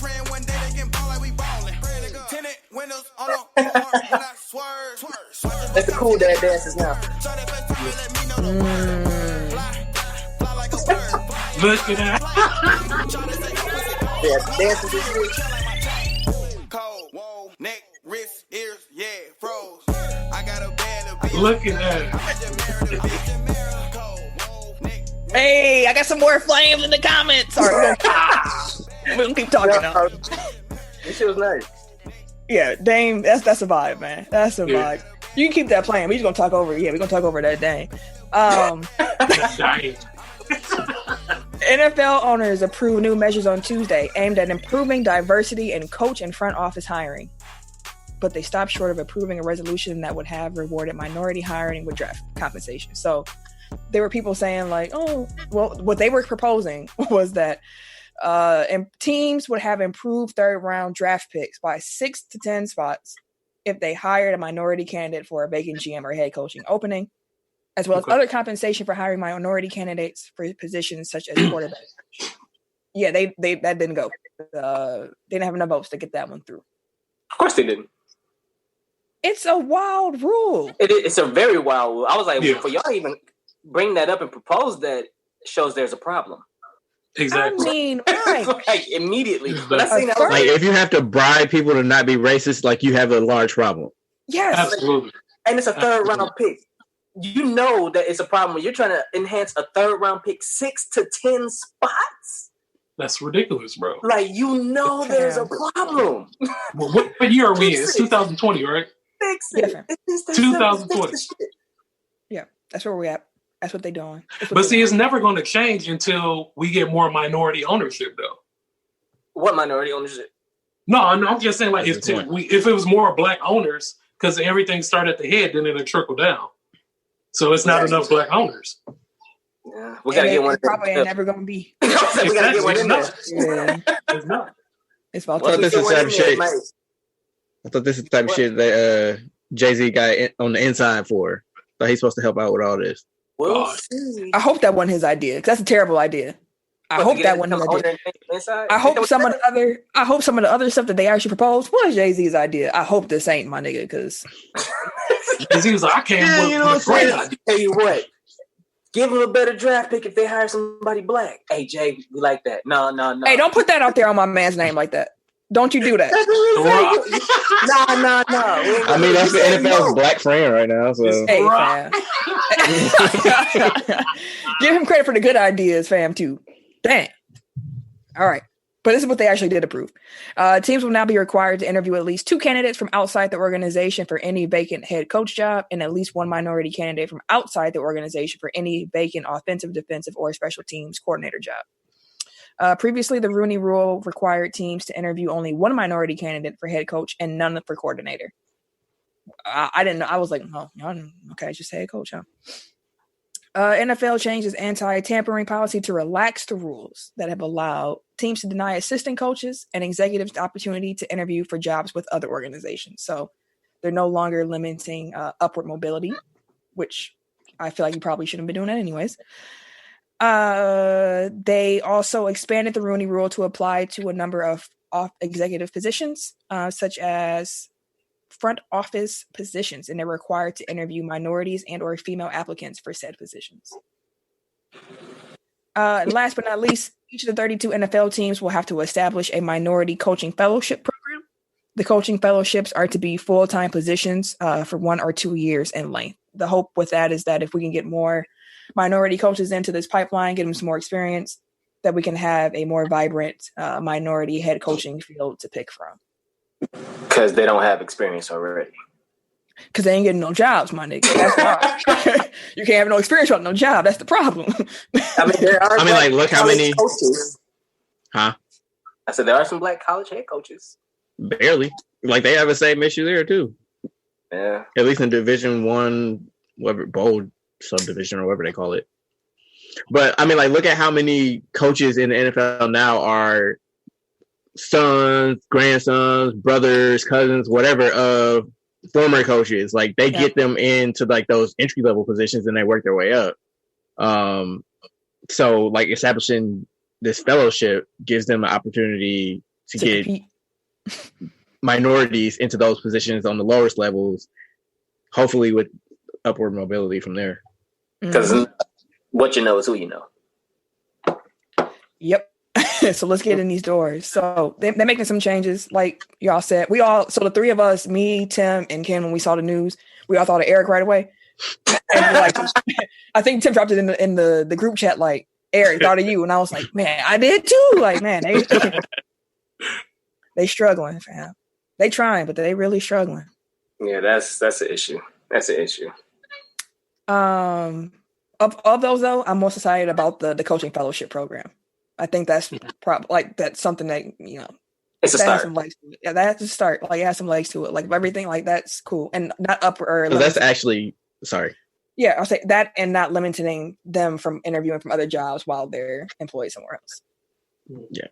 Because that actually requires them to hire somebody, whereas like the interview, they could just give a sham, like, oh, we tried and we found somebody better, whereas the fellowship is a guaranteed position. Exactly. That's fair. Exactly. So, Tony Hawk celebrated his 52nd birthday this past week. I know. And fam, Tony Hawk be so funny because people don't be recognizing Tony Hawk in public, and he just tweet about how like unrecognizable he is and how nobody like really understands like who he is. Yeah, like it's some funny stuff. Anyways, he announced that Tony Hawk Pro Skater is back. Woo, woo, woo, woo, woo. So the remaster collection is going to be called Tony Hawk Pro Skater 1+2. And that collection will include the original levels, the pro skaters, and tricks from Tony Hawk Pro Skater 1 and 2, as well as tricks from the later games. So if you actually played Tony Hawk, you'll remember in Tony Hawk 1 and 2, there were certain moves you couldn't do. Your combos could only be chained for so long. You didn't have like the revert. You couldn't like, that's another one too. I forget the other move. You know what I'm talking about though. You couldn't do them combos. You couldn't get the million point combos. But then 3 and 4, they added all them other moves you could do to chain stuff together. You can play that way, or you can choose to play in a classic mode, which lets you play it exactly as the game when it came out. I'm not going to do that. I'm not going to do that. I'm going to tell you that. I want my reverts. I need to be your combos. I need my combos, fam. So I was just curious. Were y'all Tony Hawk kids? Like, did y'all play Tony Hawk growing up? I did. I think I rented it a couple times. Rented it. Ken, did you play Tony Hawk? Yeah, Tony Hawk is lit. I never played Ride though. Ride or Skate. I didn't play. Yeah, I didn't either. Me either. I was like Tony Hawk was like my jam. Like me and Sam, like your wife, like fam. She probably did Tony Hawk.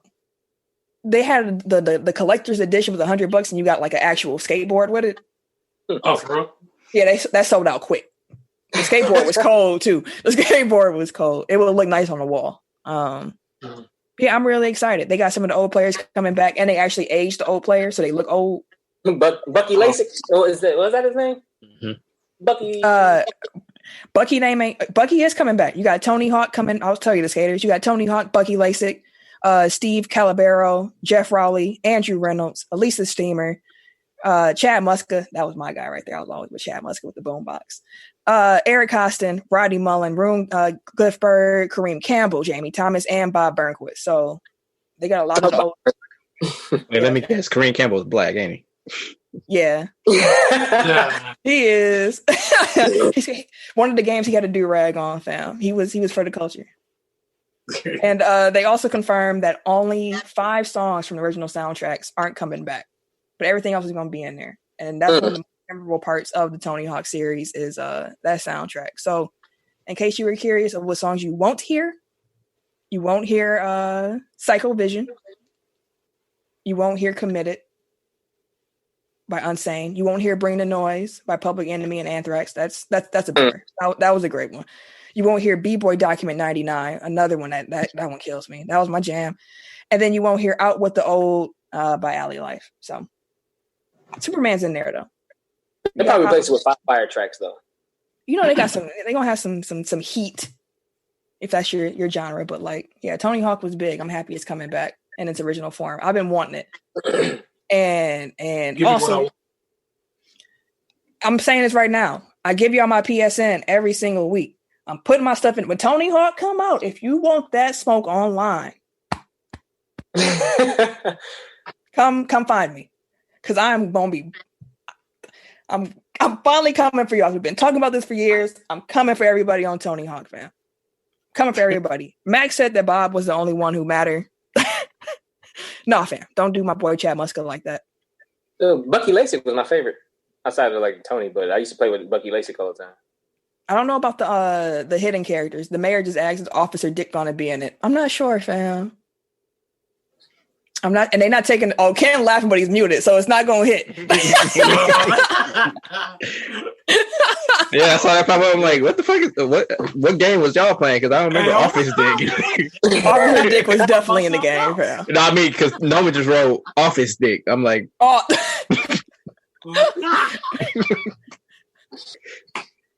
Hey. Like somebody work husband in the game, right? Work. They had Spider-Man in the game, fam. They had Ollie the Magic Bomb. He just said Ollie the Magic Bomb. Ollie done it. Wow. That was Ollie's Magic Bomb was in there. Fam, I'm looking forward to it. Bucks quarterback Tom Brady. He's going to pair off Buccaneers. What did I say? You said Bucks. You said Bucks. So we don't remember I said the Milwaukee Bucks are the only Bucks we recognize over here. I don't, but I respect it. So the Tampa Bay Buccaneer quarterback Tom Brady. He's going to pair up with Phil Mickelson, and they're going to take on Peyton Manning and Tiger Woods on May 20th for the match champions for charity golf tournament. It's going to be like the other one they had when it was Tiger just versus Phil, I believe it was. And yeah, they won't have it on TNT. Like pocket change for them. I was gonna say they were gambling. They were. This is going to be on TNT, TBS, and True TV. So each player is going to have open mics, and they'll be able to communicate with each other and broadcast commentators throughout the entire game. And Tom Brady be trash talking, so that should be interesting. It might actually be kind of fun. Mud, bro. I never knew Tom talk that much, bro. I ain't never heard him over in New England. All of a sudden, he don't shut the fuck up. Wait, have y'all seen like today on Twitter? Like they've been doing like my plans versus 2020, like something that ruined their plans. Like Tom tweeted one that was like the Falcons in the Super Bowl, and then him like lifting the trophy, and he just was I think it was like Jordan laughing. Dang. That is hilarious. You know, Tom, he got the muzzle. Man, fam.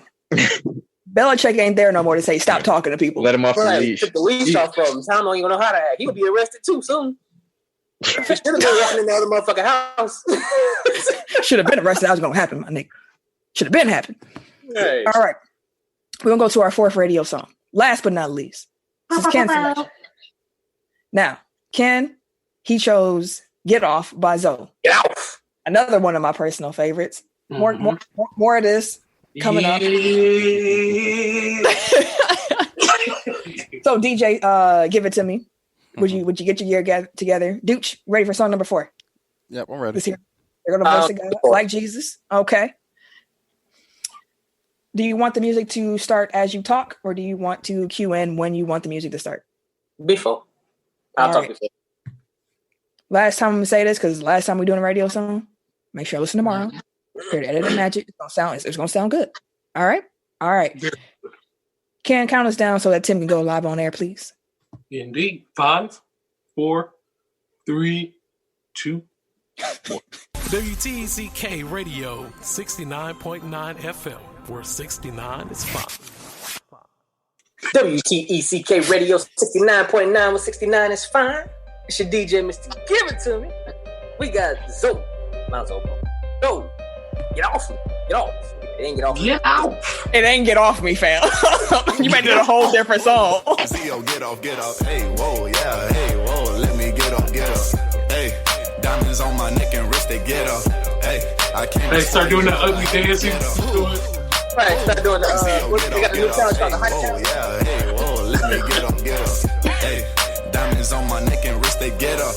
Hey, I had no choice, you know I had to get off. I said I had to get off. So what you think I'm doing? Blue faces buying gold, always been a brewing. Except for when they losing, then I gotta keep it moving. People asking what I'm doing, money combos keep it flowing. Hey man, you hold what you cracking up. I'm with your girl when she back it up. Pass me the sticks and I'm acting up, knocking it up. She says tapping up. Do it for fans and they clap it up. Walking the Gucci, they rack it up. I swear Benjamin standing up. I don't see no fire emojis though. More money got less. There ain't no fire emojis though. Because they niggas hating, that's all. That's all. Niggas haters will be hating. We thought about it. Best believe my piece stallion. Falling hard with no bounds. Ooh, Zio, get off, get off. Hey, whoa, yeah. Hey, it's the chorus that get me every time, fam. Hey, diamonds on my neck and wrist, they get off. Hey, I came this far, you know I had to get off. I'm gonna be petty now. I thought Tim was doing that, whatever that challenge is, where they do like this. Hey, when they change it up. Can't put his own flames in. Hey, we got some flames in the comments.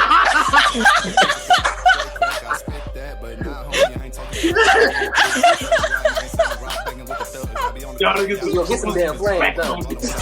He's like, got some flames on this one. I won't say it twice. Married to the game, I tend to. All right, we letting this ride for a while, ain't we? We can turn Zoe down and keep on going.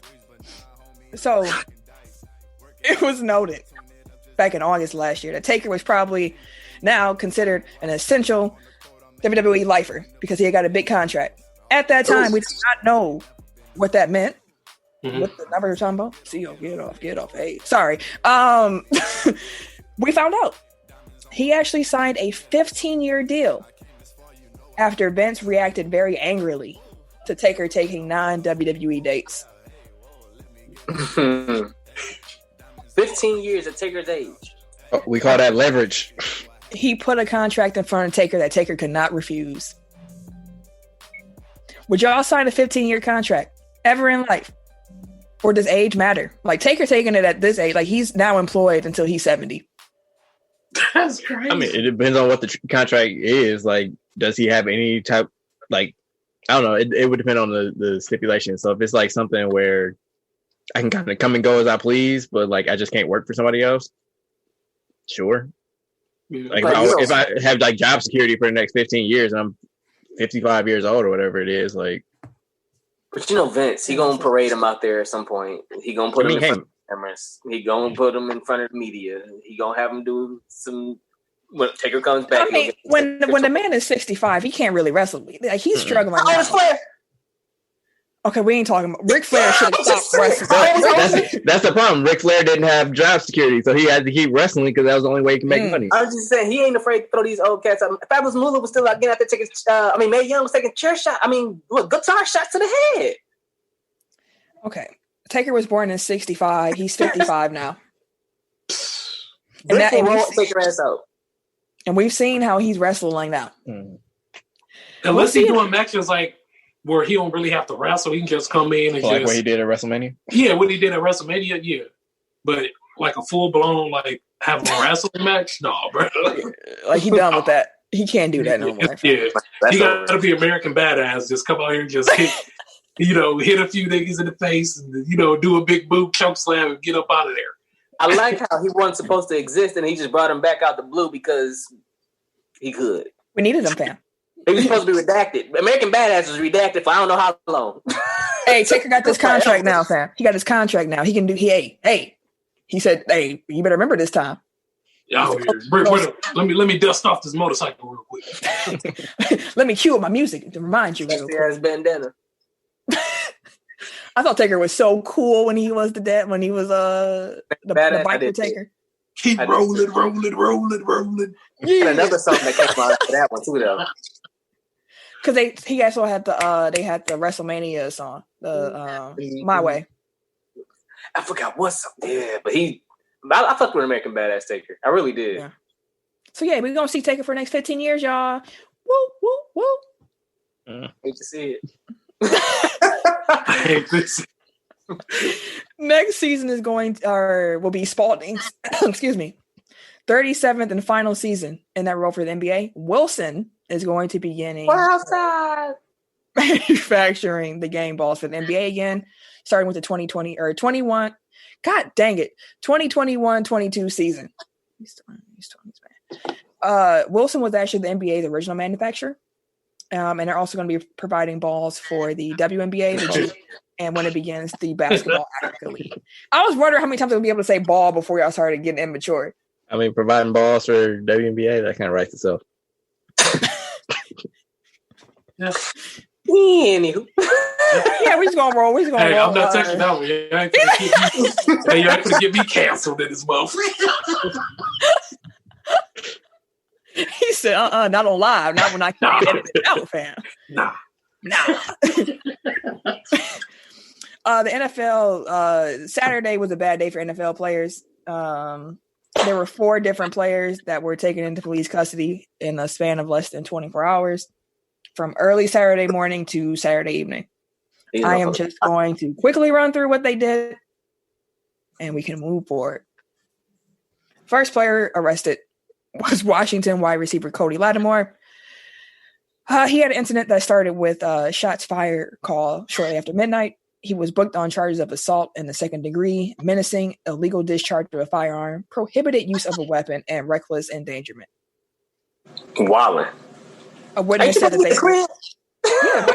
said they heard arguing and what sounded like gunshots from inside the apartment. Damn. One person was identified as having a minor non-gunshot injury.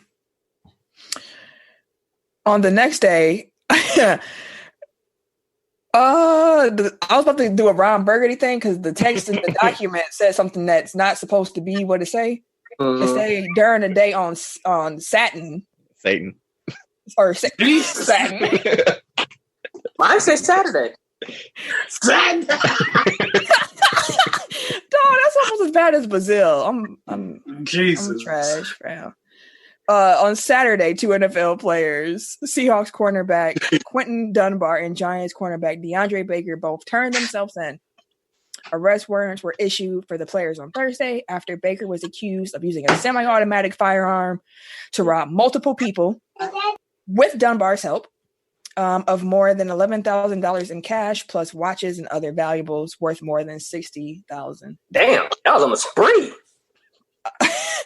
According to the arrest warrant affidavit, multiple witnesses said at one point during the incident that Baker ordered another suspect wearing a red mask to shoot an individual who was just entering the party. Jesus.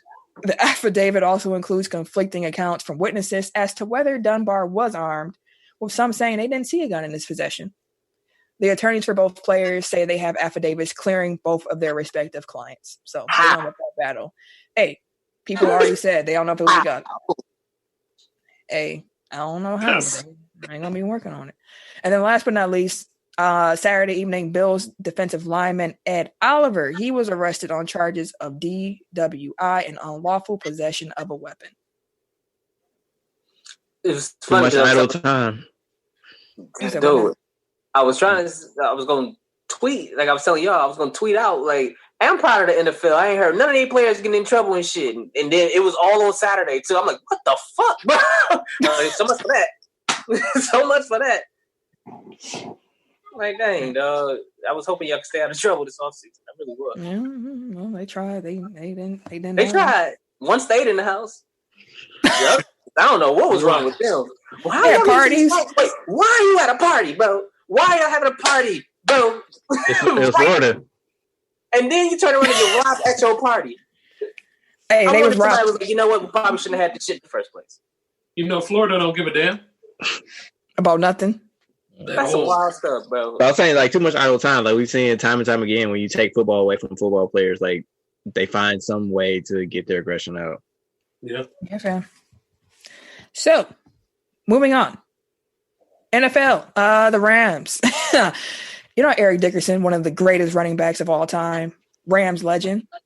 He said they knew uniforms with boo-boo. He said they were garbage. He said he did not like. He said, please try again. I just wanted to know what y'all thought of the Rams jerseys. They look generic to me. I like it. Yeah. Like the creative team defaults.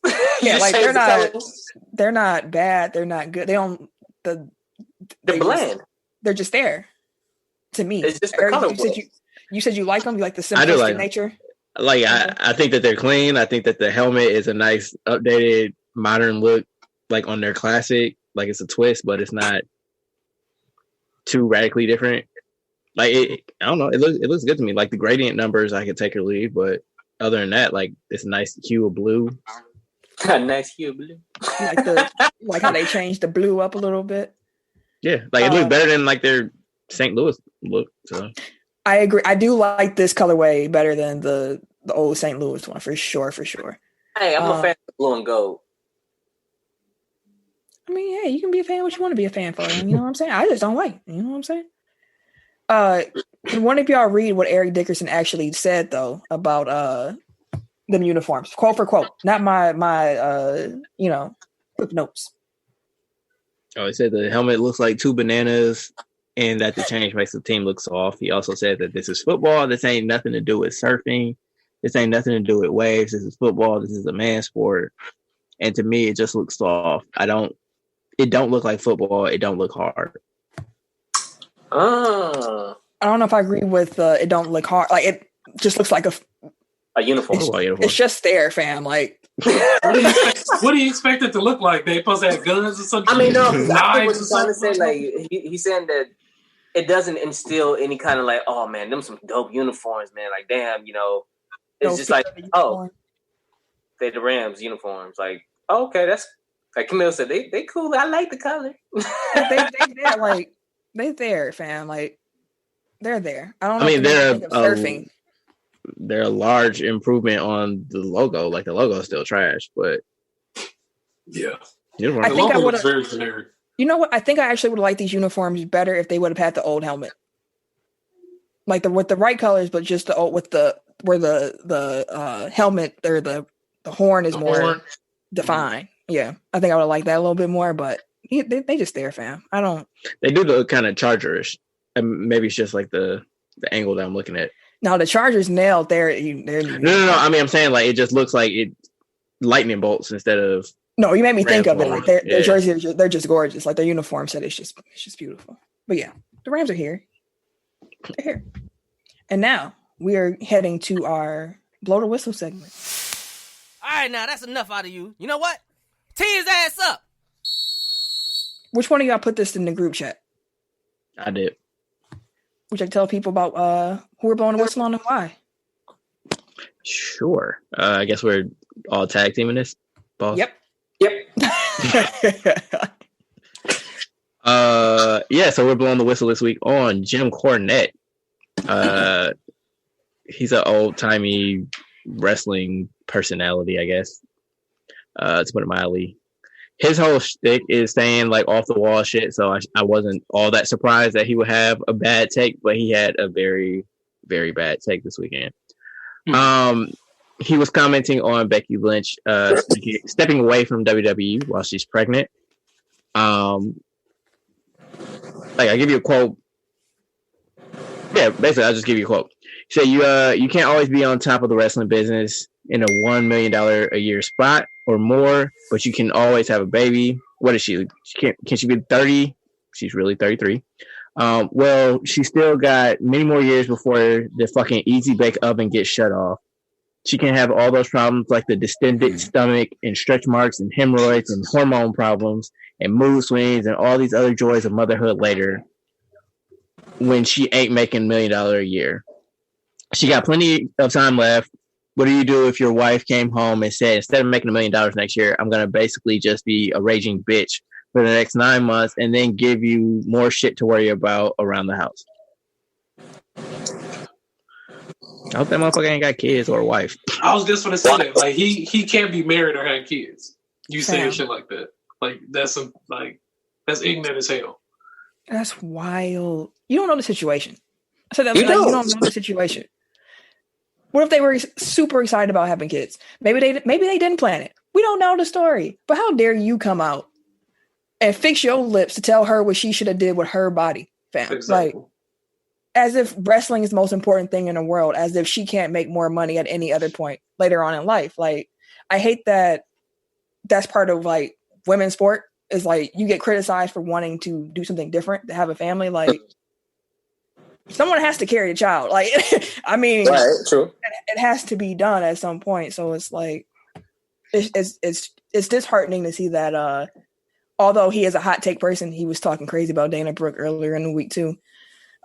It's disappointing to see those types of thoughts spewed out. I feel that way like about racism. Like I see it, I'm like, oh, that's like, man, why y'all people really think that way? But yeah, he's definitely trash for that. Trash. And I think I was talking to you about it when it first came out. I was like, I hear what he's trying to say, very bad, but at the same time, no, you don't say that shit out loud. Even if you thought that. Don't say that shit out loud. Yeah. Especially you got that type of. But he gets the shit off by saying outrageous, outlandish things like that. Be a smart. I don't get being angry about somebody else's decision that doesn't have anything to do with you. Like, it's not like it's not her leaving takes money out of your pocket. Like, and I said that too. I was like, well, the thing was, okay, I can understand if you were like, okay, I don't understand why she wanted to get a kid now when she's in this spot. If that's how you feel, okay. You ain't got to say that shit out loud because, again, you don't know what they had going on. You don't know if she had anything medically or not or anything like that. Plus, this is a pandemic. The ratings are down and shit like that. It's mid-level stars that can come up. You ain't going to see no crowd in a while. So right now, Bobby is the best time to do it if she want to maintain her career. Like, so, the fuck? Like, it didn't make sense to me. Like, just don't be trash, fam. Like, that has nothing to do with you, like you said. Stop being sexist. Business. Mind your own business. Exactly. Thank you. Just mind your business, nigga. All right. Fuck them. Tech Top 5 time. We're going to finish the show out. 5, 4, 3, 2, 1. Tech Top 5. Last week, our Tech Top 5 was favorite albums of all time. Ken, you won that poll handedly. So shout out to you, sir. My mom called me afterwards and she said, I accidentally voted for the wrong one. I meant to vote for the other one. I was like, let me guess, the one everybody else voted for. She's like, yeah, that's some hits. That's what I'm talking about. That's what I'm talking about. You had yourself a winner. So this week we're doing top 5 athletes you tell your grandkids about. So like the most exciting athletes that we've got in the scene in our lifetime. So Tim, would you kick us off? Oh, I'm going first this week. Okay, cool. I got like 8 names on this. Well, I got like 9 names on this list. Number 5, I'm gonna go with Shaq. Would be number 5 for me. Okay. I absolutely love the way he was like a fucking dominant dog. Like it was wild just seeing him. It was different when he was in his prime. Shaq was ridiculous. Number 4, I'm gonna go with Ken Griffey Jr. Because you got to see the swing, bro. You have the most beautiful swing. Like the sweetest swing. Beautiful. Number 3, I'm gonna go with. I'm gonna go with Usain Bolt. Number 3. I thought you would have Bolt. You said what? I thought you would have Bolt on your list. Like I was like, Tim's gonna have Usain Bolt. His run was ridiculous. Like for people who's in the track and field and shit like that, like Usain Bolt run was ridiculous. Crazy. Number 2, I'm going to go with Serena Williams. Just because she's a monster. She was always a monster. Even when she was coming up and her and Venus was doing their thing, when she finally beat her and shit like that, and she kind of took off to the moon and Venus just kind of She left her. But Vic was cold. But Serena's ascent and then dominance was crazy. For some reason, I always associate that. I don't know. I'm trying to get rid of that, but I always associate it too. And number 1, MJ. I respect that. Eric? So Jordan, just before I even do my list, he's not on my list because I feel like I only got to see the tail end, so I didn't get to see like Jordan. Anyway, So that's respectable. I understand that. Yeah. 5, I was trying to decide between 2 local athletes. I'm gonna go with Giannis. I feel like we've never seen that on a basketball court, and I'm kind of extrapolating that out going forward because I just feel like I don't know. It was between him and A-Rod, but I went with Giannis. For The Rock. That's like that's a good one. People coming after us are gonna be like, "Oh, that's the movie star," but it's like I saw him when he was wrestling. Like he was so cold in wrestling. Like he was the most entertaining man in the world in professional wrestling. Like that's some shit we'll probably never see again. Yeah. Facts. 3, Mike Vick. I don't think that really needs any explanation, but he was just like the most exciting player I've seen on the football field. 2, LeBron James. And 1, Tiger Woods, because he was in an individual sport and like literally there were bets him versus the field. Like literally. That's like him against like 60 people. Like he was just crazy, and he would win. Like that is the most dominant athlete that I've seen in any sport. Period. In my lifetime. Period. Just a straight dominance, bro. Like dang. Wow. Yeah, fam. And I saw his entire run, like 96 to 2009, 2010, whatever. He just smacked the truck up. He ain't stopped winning. All right, you know what? You said some really good ones. I'm like, dang, I kind of want to make some alterations, but I'm going to just stick with what I got. Number 5, I'm going to go with Jordan, just because of, I put him at 5 because of the age, but he's on my list because he's Michael Jordan. Number 4, I got the other Mike. I got Tyson because just God, seeing someone like Mike Tyson was just, it was a spectacle. Like that was, man. So Tyson's number 4. Number 3, I got Serena because she just been killing women's tennis, breaking barriers. Number 2, I got Mike Vick because that nigga was cold. Mike Vick did stuff that was like, it don't seem like it was supposed to even be real. Mm-hmm. Number 1 is going to be controversial. But number 1, I got Steph Curry. Steph Curry changed the way that basketball is played. Mm-hmm. He changed it. I will never forget, like he changed how basketball was played. Exciting. He can pull from anywhere. It don't even sound real. Like if I told somebody some things he did, people like, that ain't happening. Like the nigga is magical. I still think about that OKC game. Yes. That last finish. Yes. We was in Chicago and we seen that shit. We was walking in a restaurant and I was like, oh, the game almost over. And that motherfucker came up. I was like, nah. Smacked it. I was like, holy shit. Like, I used to laugh just like watching him, like the 2 MVP seasons. Like it was just crazy. Like like you said, the stuff that he was doing was just like, what? Why are you shooting from there? Like, how are you just? And it would be like on net. Like it would just like go straight. Like it was walking off automatic. Like, how are you doing this, fam? I'm not gonna guard you at the logo, bro. And you got to. It's not fair. Like, and it's not just shooting, like ball handling, finishing, like he can do everything. Except for defense. But on offense, he can do everything. On offense, he can do everything. But yeah, definitely. Can. All right.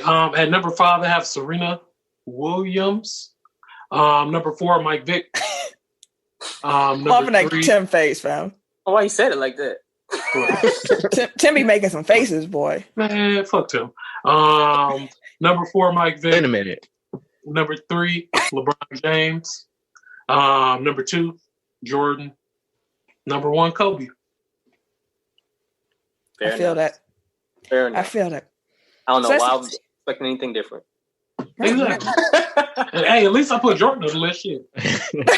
and LeBron. You had all three, fam. Yeah, so you know. Yeah, too. LeBron in LA now. He wasn't gonna leave him off. Hell no. I'll be a fool to leave.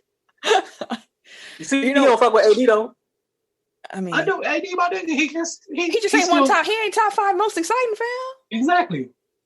He get the job done. Goddammit.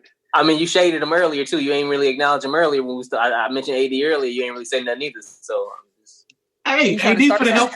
If the NBA was still going right now, AD would help us get this chip. How about that? Tim trying to start stuff. That's all. The show over. Tim trying to start stuff. You know. Exactly. Nigga. We appreciate y'all for tuning in. Thank you to all of those who watched live on Facebook. We appreciate y'all. It was fun seeing y'all comments popping up. The fire emojis was probably my favorite part, especially when Ken had to put his own in there. Fuck y'all, man. That's how I feel right now. We hope y'all enjoyed the episode. We hope the audio sounds a little bit better for y'all. We appreciate y'all rocking with us like y'all have been over the last 3 years. So absolutely. If you're new here, we hope that you come along and you be here for the next 3. If you've been here, we definitely appreciate y'all so much. Like, it'd be days where I'm like, damn, I'm like podcasting. This is hard. Ain't nobody listening. And then you get a message like, hey, y'all brightened my whole day. And I'd be like, or like the rare weeks that we miss, and people will be like, "Oh man, yeah, like you ruined my 20 messages, bro." Oh, what the? Like, thank y'all for rocking with us. We appreciate y'all. So absolutely, definitely appreciate it. If y'all want to follow me on social media, you can catch me. Wait a minute. On the Twitter, the Instagram, and the PSN at Camille Monet, CAMILLEMONAE.